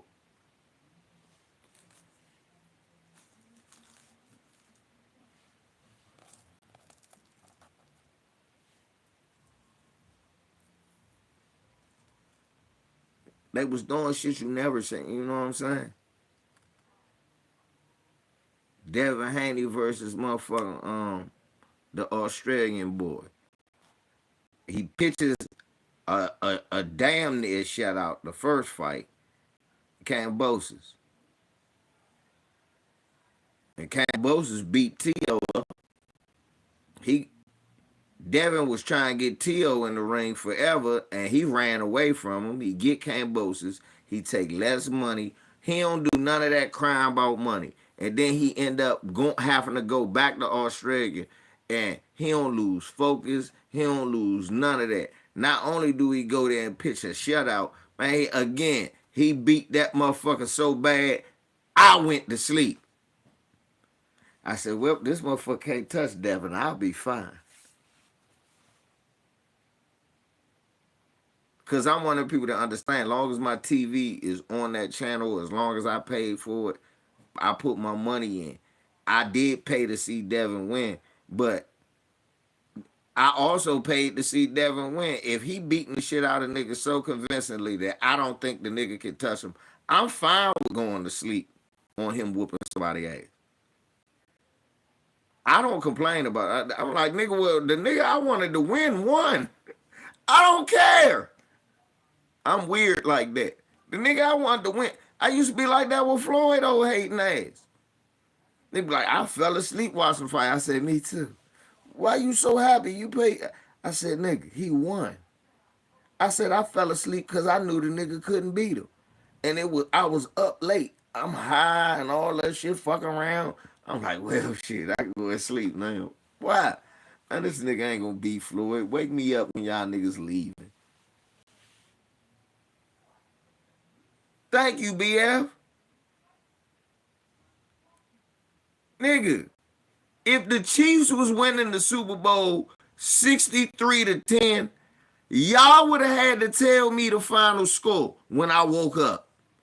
Because if the score was 35-0 at halftime, and I look at San Francisco, they came out flat, I would have fell asleep.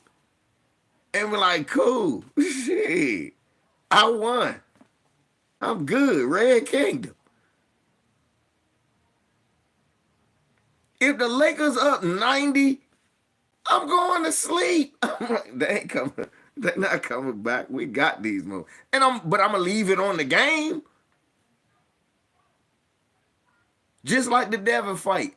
My ears still be up. So BF, you be sleeping good, then you'll wake up for like about 20 minutes, you'll hear. Devin Haney was a sharp combination. It's just like he can't be touched, Bill. That's right. I said, yeah. And that's just what I did. That's just, I said, damn, he's still whooping this. Niggas are talking all that shit. Man, good, Devin. I said, man, he not gonna touch you. I went to work. Oh, God damn, man, you know what you talking about. I said, yeah. I said, didn't Josh Taylor beat Regis? I said, I don't think Josh Taylor beat Regis. I said, I'm not going to have that problem with this one. It's not going to be that close.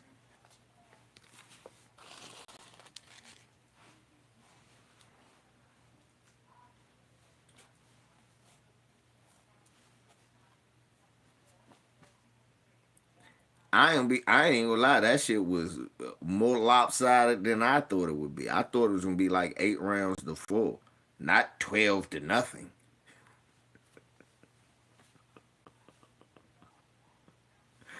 I ain't beat that nigga so bad they gave him a point for an extra round. He did. He was up 13 rounds on some cards.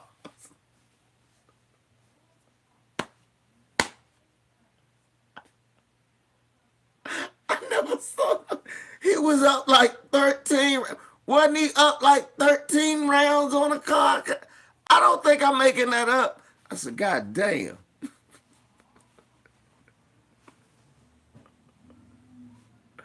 I think he was up 13 rounds on a card. I said, this was a 12-round fight. They beat that nigga so bad they gave him an extra round of amp. It's two ways to look at it.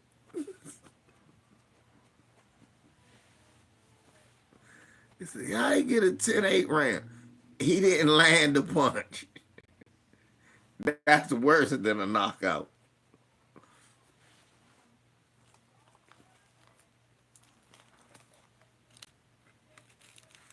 That shit had me dying. God damn, that nigga beat that nigga. I had niggas crying at work at BF. I was talking gangster shit. And then after I texted the joke to you, I said, nigga, I texted the joke to them. They laughing now. You dumb motherfuckers don't know nothing about boxing. I go to work talk big shit, y'all. Especially now that I'm old. Cause I be telling these youngins, I be like, man, young, you better listen to what I'm saying. If one young know that work with me, uh, he don't work with me no more. Young Anthony used to work with me. He used to box. So he knew. He was like, Lovato only one in this motherfucker that knows something about boxing right now. I can't believe. He said, you saw the fight out. I said, yeah. Beat the shit out. I said, he said, you said it was going to beat him. I told everybody you was right. I don't know what the fuck wrong with these motherfuckers. I said, young, you the only nigga in here walk around put a pair of gloves on. He said, nah, OG Jerry used to put a pair of gloves on. I said, but look at Jerry. He said, what? I said, he's short and his arms short. He was a brawler. he, he biased. He want the brawler to win.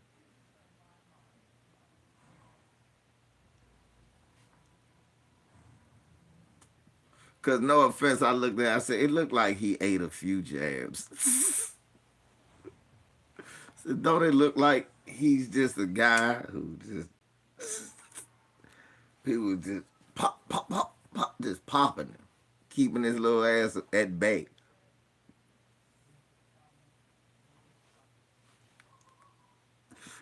BF, cause he got like a flat head on both sides. It looked like nigga he was trying to come in with the side guard. Nigga, cat, cat, cat. Turn that way, cat, cat, cat. Nigga, the problem is that big ass head. The nigga punch over here and hit you. He ain't. that was that's why Tim Bradley should went to the Boxing Hall of Fame. Not because he was good, but because his head was that big and he was still a good boxer. Tim Bradley head was so big you could punch like that and you would hit him square in the chin.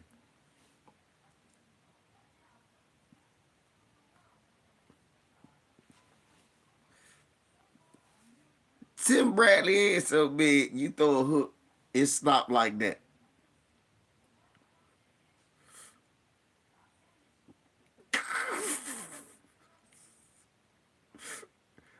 That's how that's how big Tim Bradley head so big.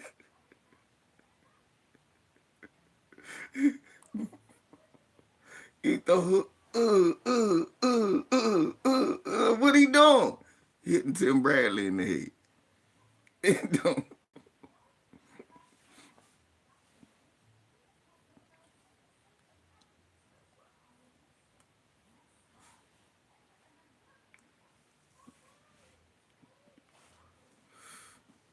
That's exactly. Am I lying though? Tell the truth. Am I lying? What's messed up, Shirley? That I said it or is the truth? You know that motherfucker got a big head.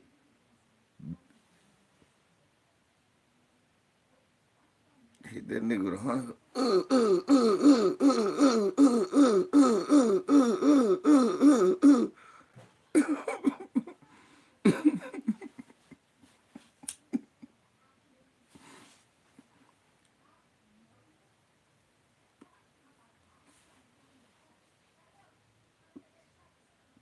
Big head motherfucker. That's why he be hating too. All these niggas be run around hating. Get you a life. That white man money can't be that good. They paying you to hate on the news. What you ought to be disgusted with yourself. White man pay you enough money to hate on your brother.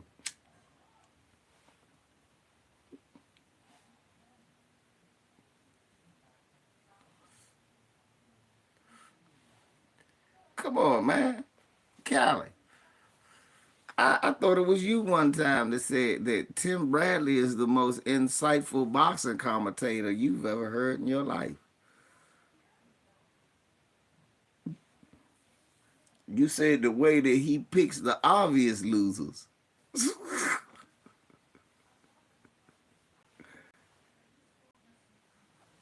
I watched Tim Bradley say, "Oh, look at that!" I'm like, "That nigga ain't throw a punch." You got to watch those punches that he threw. He didn't throw a punch. The guy's a cap.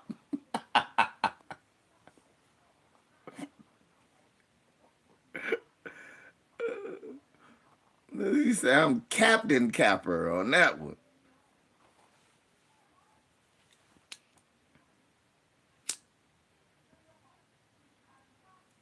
Tell the truth. In my line, I know I ain't the only nigga seen that. I watched a fight one time. Tim Bradley called. Oh, I'm like, nigga, that nigga did not swing. I don't know. Maybe my TV is slow. I swear to God, how many times I done seen a few fights. Tim Bradley was talking about punches when niggas didn't swing.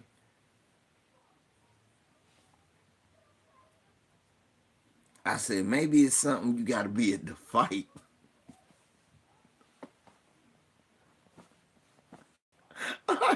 I'm confused. That's why I watch it. I'm like Shannon Sharp now. I watch boxing with the sound down. So I don't got to hear what they saying because it's an obvious agenda.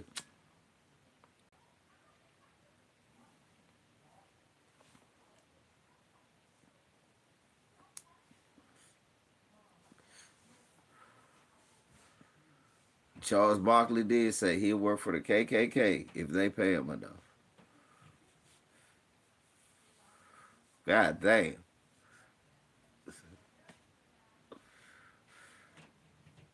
Like I told the motherfucker, I said, well, then you sell your asshole. They said, well, my loyalty goes, but so far. I said, really? I don't think so. I said, if you'll do that, you sell your asshole. That's just a small price to pay, right?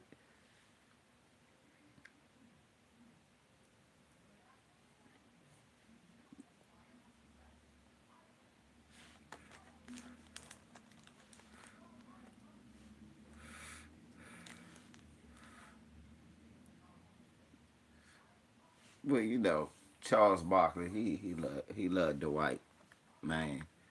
Like your man Tim Scott and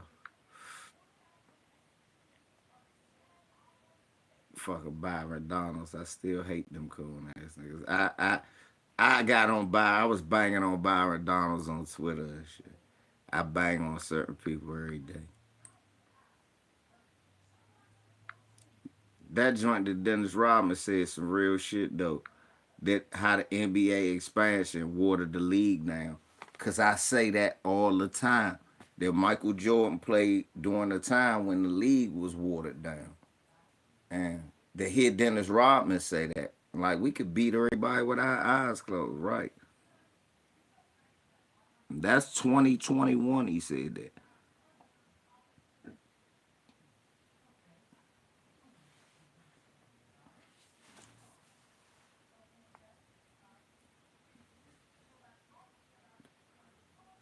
What up, Lamico?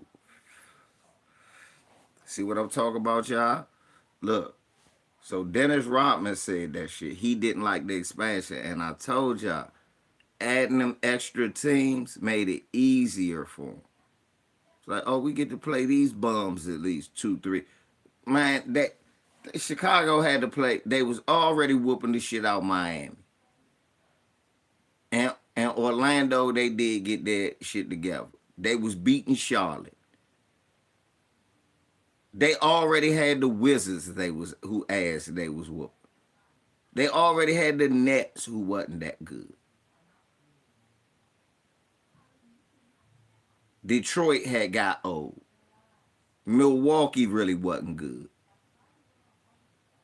Then you added Toronto. Give me 3 more games against some more bums. Why don't you?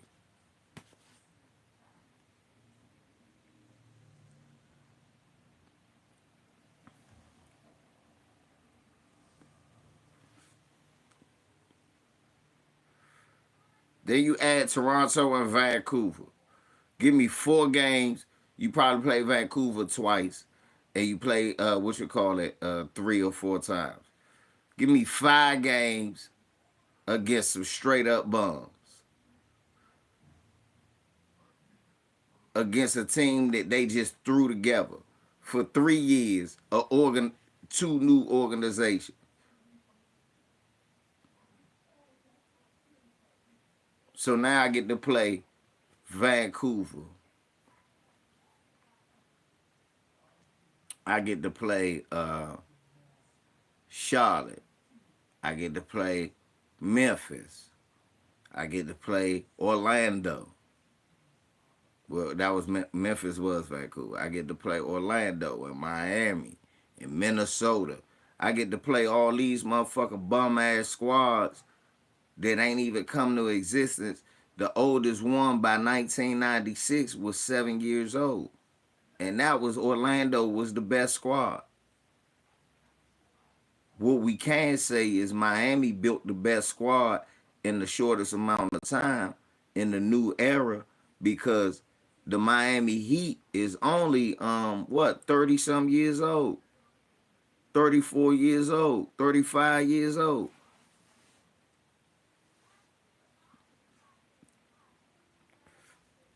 The Heat only been in existence for 35 years. They got 3 championships.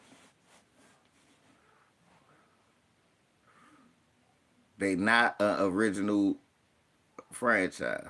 They ain't even an ABA franchise.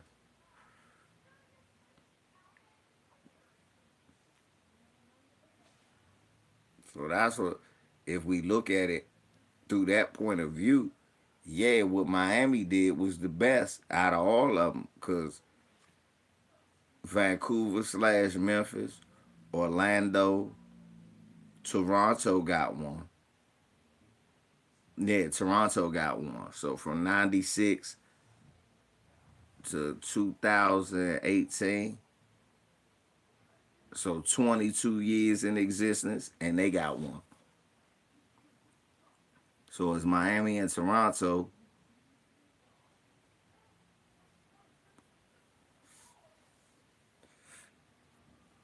But Cali, it's going to be different this time. Watch this. And I know niggas ain't going to like what I'm about to say. This expansion is actually going to be better than the expansion that they had with Jordan and all of them. This expansion is needed. It's too many good players on the same team, and they running out of spots to put players, to be honest.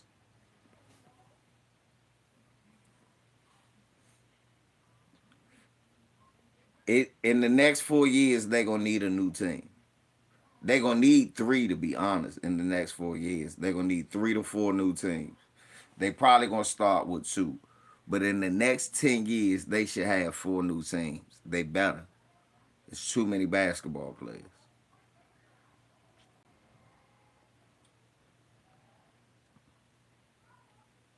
And including the G League squad that all teams will end up having, which will be a farm squad with all 4 teams, 15-man roster. That one, and I think they got a 12 on the G League, so 27 men, 104 new spots, 108 new spots for basketball players.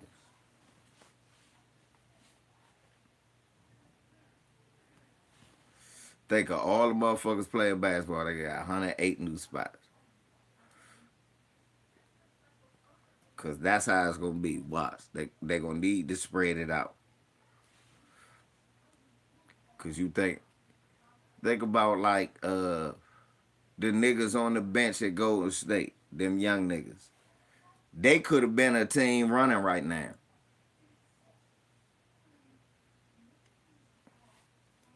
They should add one more. It should be at least 3. It should be 3 rounds. It shouldn't be no more than 3 though.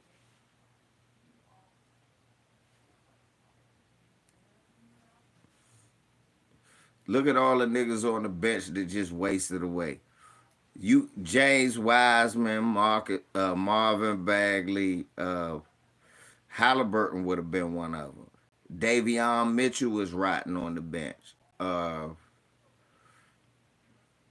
It's players that's rotting on the bench, and it's not enough spots for them for real. The players who starting are the best players.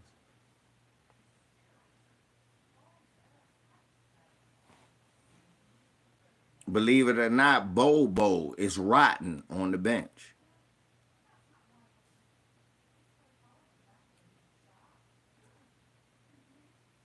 It should be a league where Wembanyama, Chet Holmgren, and Bowl are all on different teams doing their thing.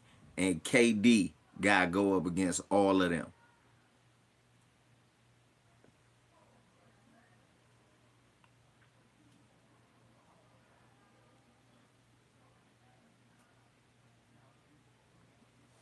Charlotte, New Orleans, Miami.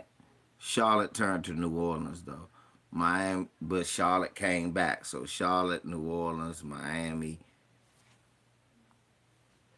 Charlotte, New Orleans, Miami, Orlando, Minnesota, Memphis, Toronto, and there you go.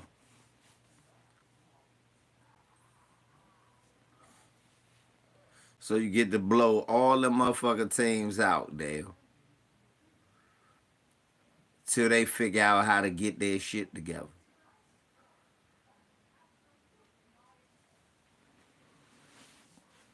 Good thing is they saw it early. So if you Orlando, you could get a shot. You can get a Penny. You can get a Dennis Scott.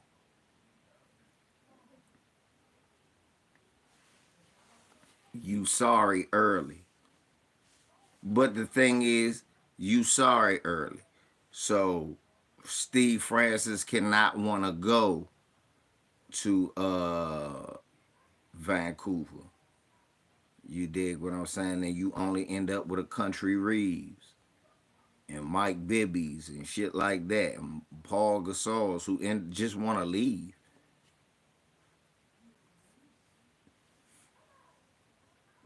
Or you end up with Mahari at. Or you end up with Minnesota Timberwolves.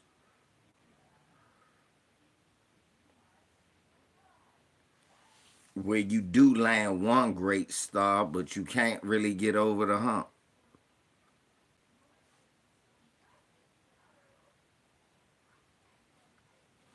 You do the Charlotte Hornets. You start out drafting good, but injuries and then conflict between your best two players. Then you move, then you come back. Then it's bad management.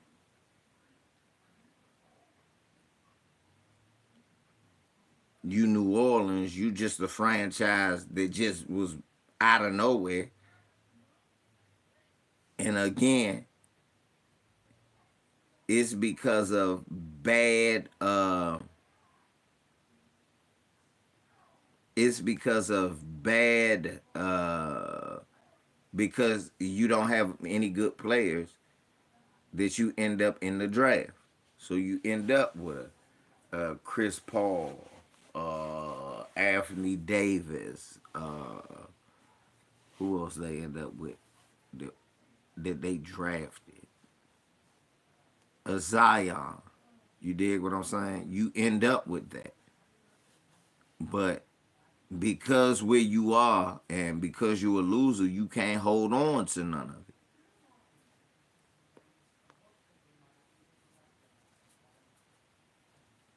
Miami got lucky because what they do? They was the same way for a long time. Steve Smith, Glenn Rice, um, who was they drafting? They tried it with Harold Miner, that didn't work.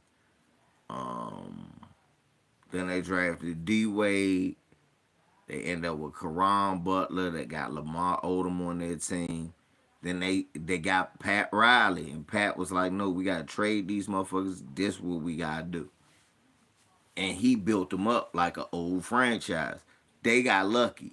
That's why they got 3 rings, cause they ended up going to get an old guard GM and turned over the president of basketball operations and all of that. Basically handed him the keys. You see what I'm saying? They got lucky. They got Pat Riley. But Orlando, they almost got lucky. They got all of Riley's assistants with Stan Van Gundy. And then they had Brian Hill with Shaq. They had Doc Rivers, but they let it go. They searching for it now. Um, Toronto, they got lucky. They got Masai Ujiri. Masai was coming from where? They was already talking about how great Masai was.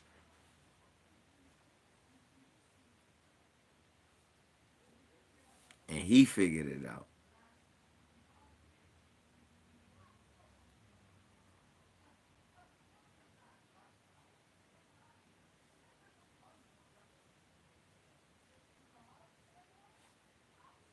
What Masai coming from Golden State? Help me out. Where Masai Ujiri come from before he went to Toronto?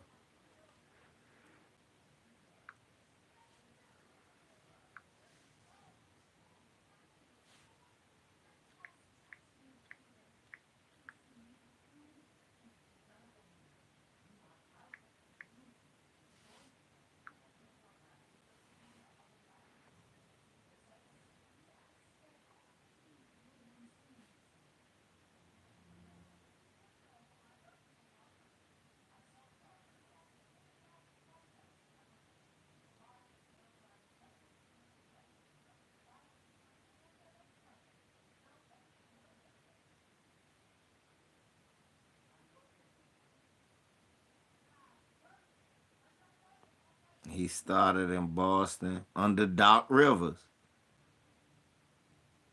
executive with the Nuggets.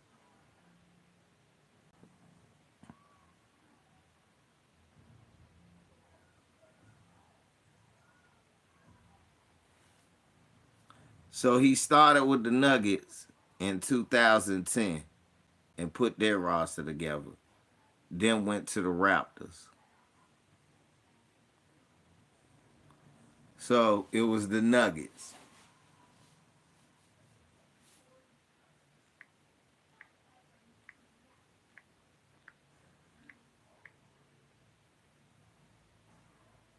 Let me go see what that roster was. He won it in 2013, the Executive of the Year. Oh, that was Carmelo in them.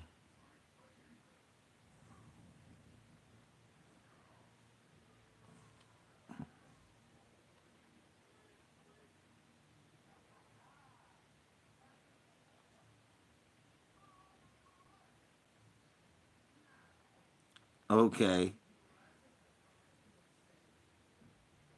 Okay, so he the one that got the Carmelo trade, and they still won 57 games. He had Gallinari, Kenneth Fareed, Wilson Chandler, Corey Brewer, JaVale McGee, Andre Miller, Ty Lawson, Iguodala,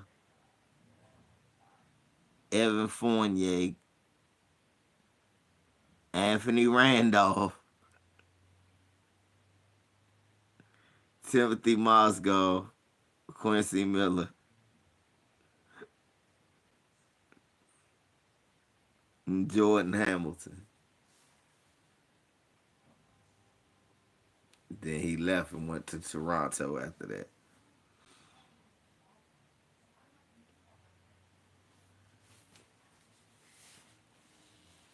So I guess he got his start in Denver, and they thought he was a really good. But he came from an old guard again. Toronto got an old guard guy, a guy who got taught the old way. So that's what taught them how to win. Like BF said, who the fuck is these GMs and these executives? A bunch of goddamn dumbasses is who the fuck. A bunch of damn dumbasses, and they don't know who to pick. They don't. These dumb motherfuckers don't know who to pick. They pick bums half the time. A bunch of goddamn bums. And like somebody say, they gotta get lucky. It's a few. It's guys. OKC, they do good. San Antonio, they've traditionally done good. Miami hasn't done bad. Um, let me see. Let me see.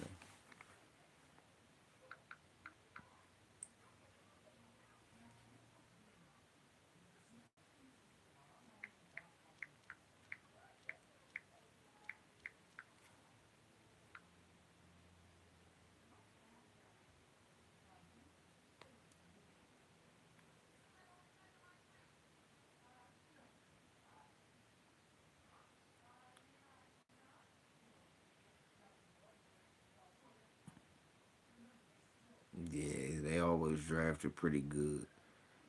You figure. Even since they was Seattle in '87 when they drafted Scottie Pippen and traded him to Chicago, and they drafted Derek McKee. They drafted Dana Barros in '89 and Sean Kemp at 16 and 17. That's when they were Seattle. OKC Seattle has always drafted great. '89, they had the 16th and 17th pick. They picked Dana Barros and Sean Kemp. That's great. In 1990, they had the number 2 pick. They picked Gary Payton and Judd Bushler in the second round. 91, they picked some nigga named Rich King, but number 14, he was a bum. 92, they picked Doug Christie, number 17. 93, they picked Irvin Don't Call Me Magic Johnson, number 23.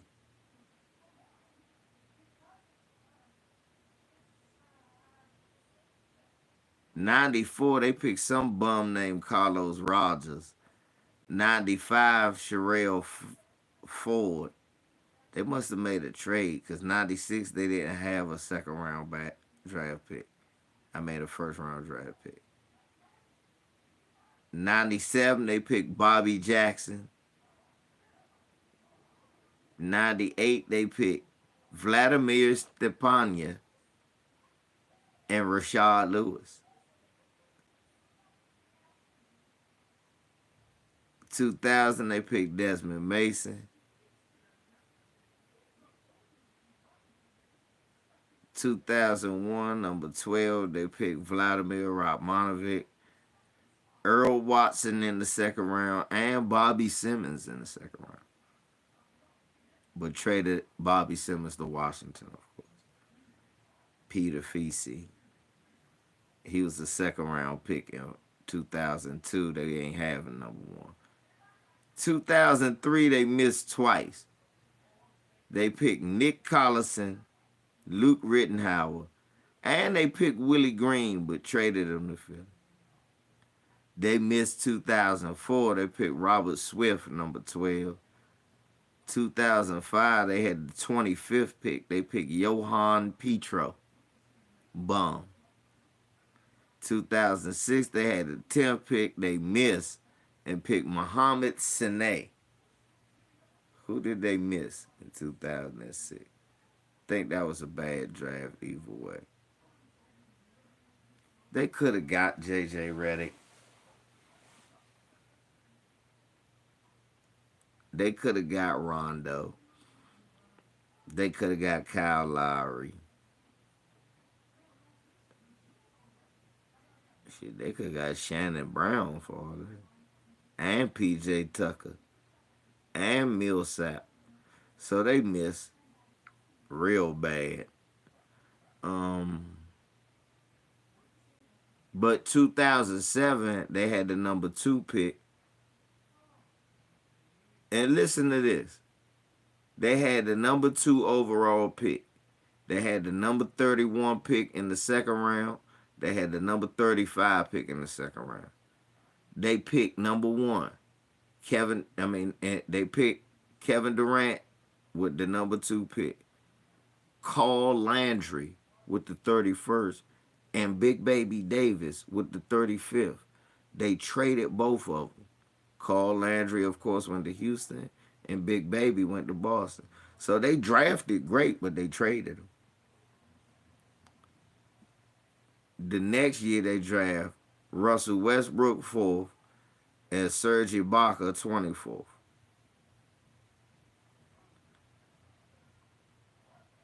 The year after that, they drafted James Harden and Roddy Beaubois, who went to Dallas. The next year, they drafted Eric Bledsoe.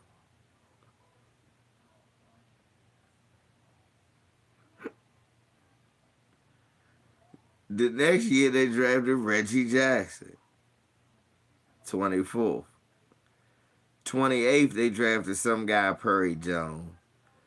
But the next year they drafted Steven Adams, 12th. They missed the 2014, but it was the 21st and 29th. Mitch McGarry and Josh Hustis. And I'm figuring because it was the 21st and 29th, I don't know if that was a miss. Because, all right, did you really miss? Well, I guess you did. Mitch McGarry never really played. Rodney Hood, okay. Clint Capella. Bogdan Bogdanovich. Kyle Anderson. Spencer Dinwiddie.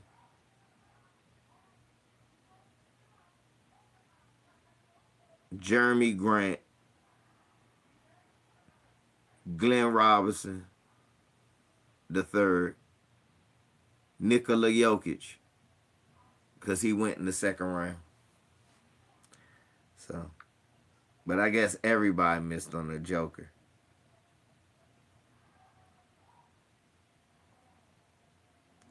They got Cam Payne 14th in 2015. They could have got Kelly Oubre, Terry Rozier, Jerry Grant, but he ain't end up being nothing. They could have got Bobby Portis, Tyus Jones, Looney. What's up, man?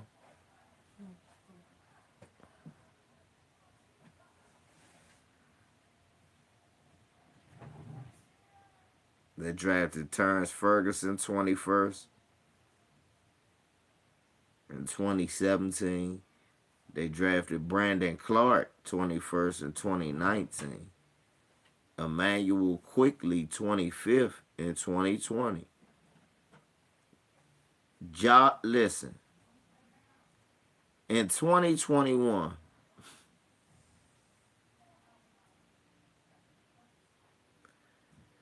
they drafted Josh Giddey and Alperen Sengun and Trey Mann. They traded Alperen Sengun. Then they draft Chet Holmgren and Jalen Williams.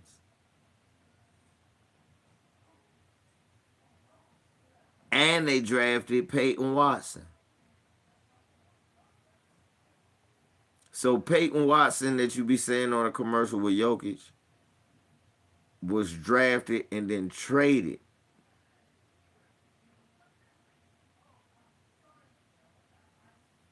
Then they drafted Derek Lively and traded him. Drafted Tyson Hunter and traded him. And got Keontae Johnson.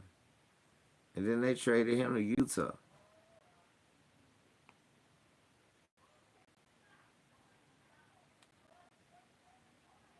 Yeah, Keontae Johnson played for Utah, right? Or is that the other dude? Nah, that ain't. Yeah, that's not.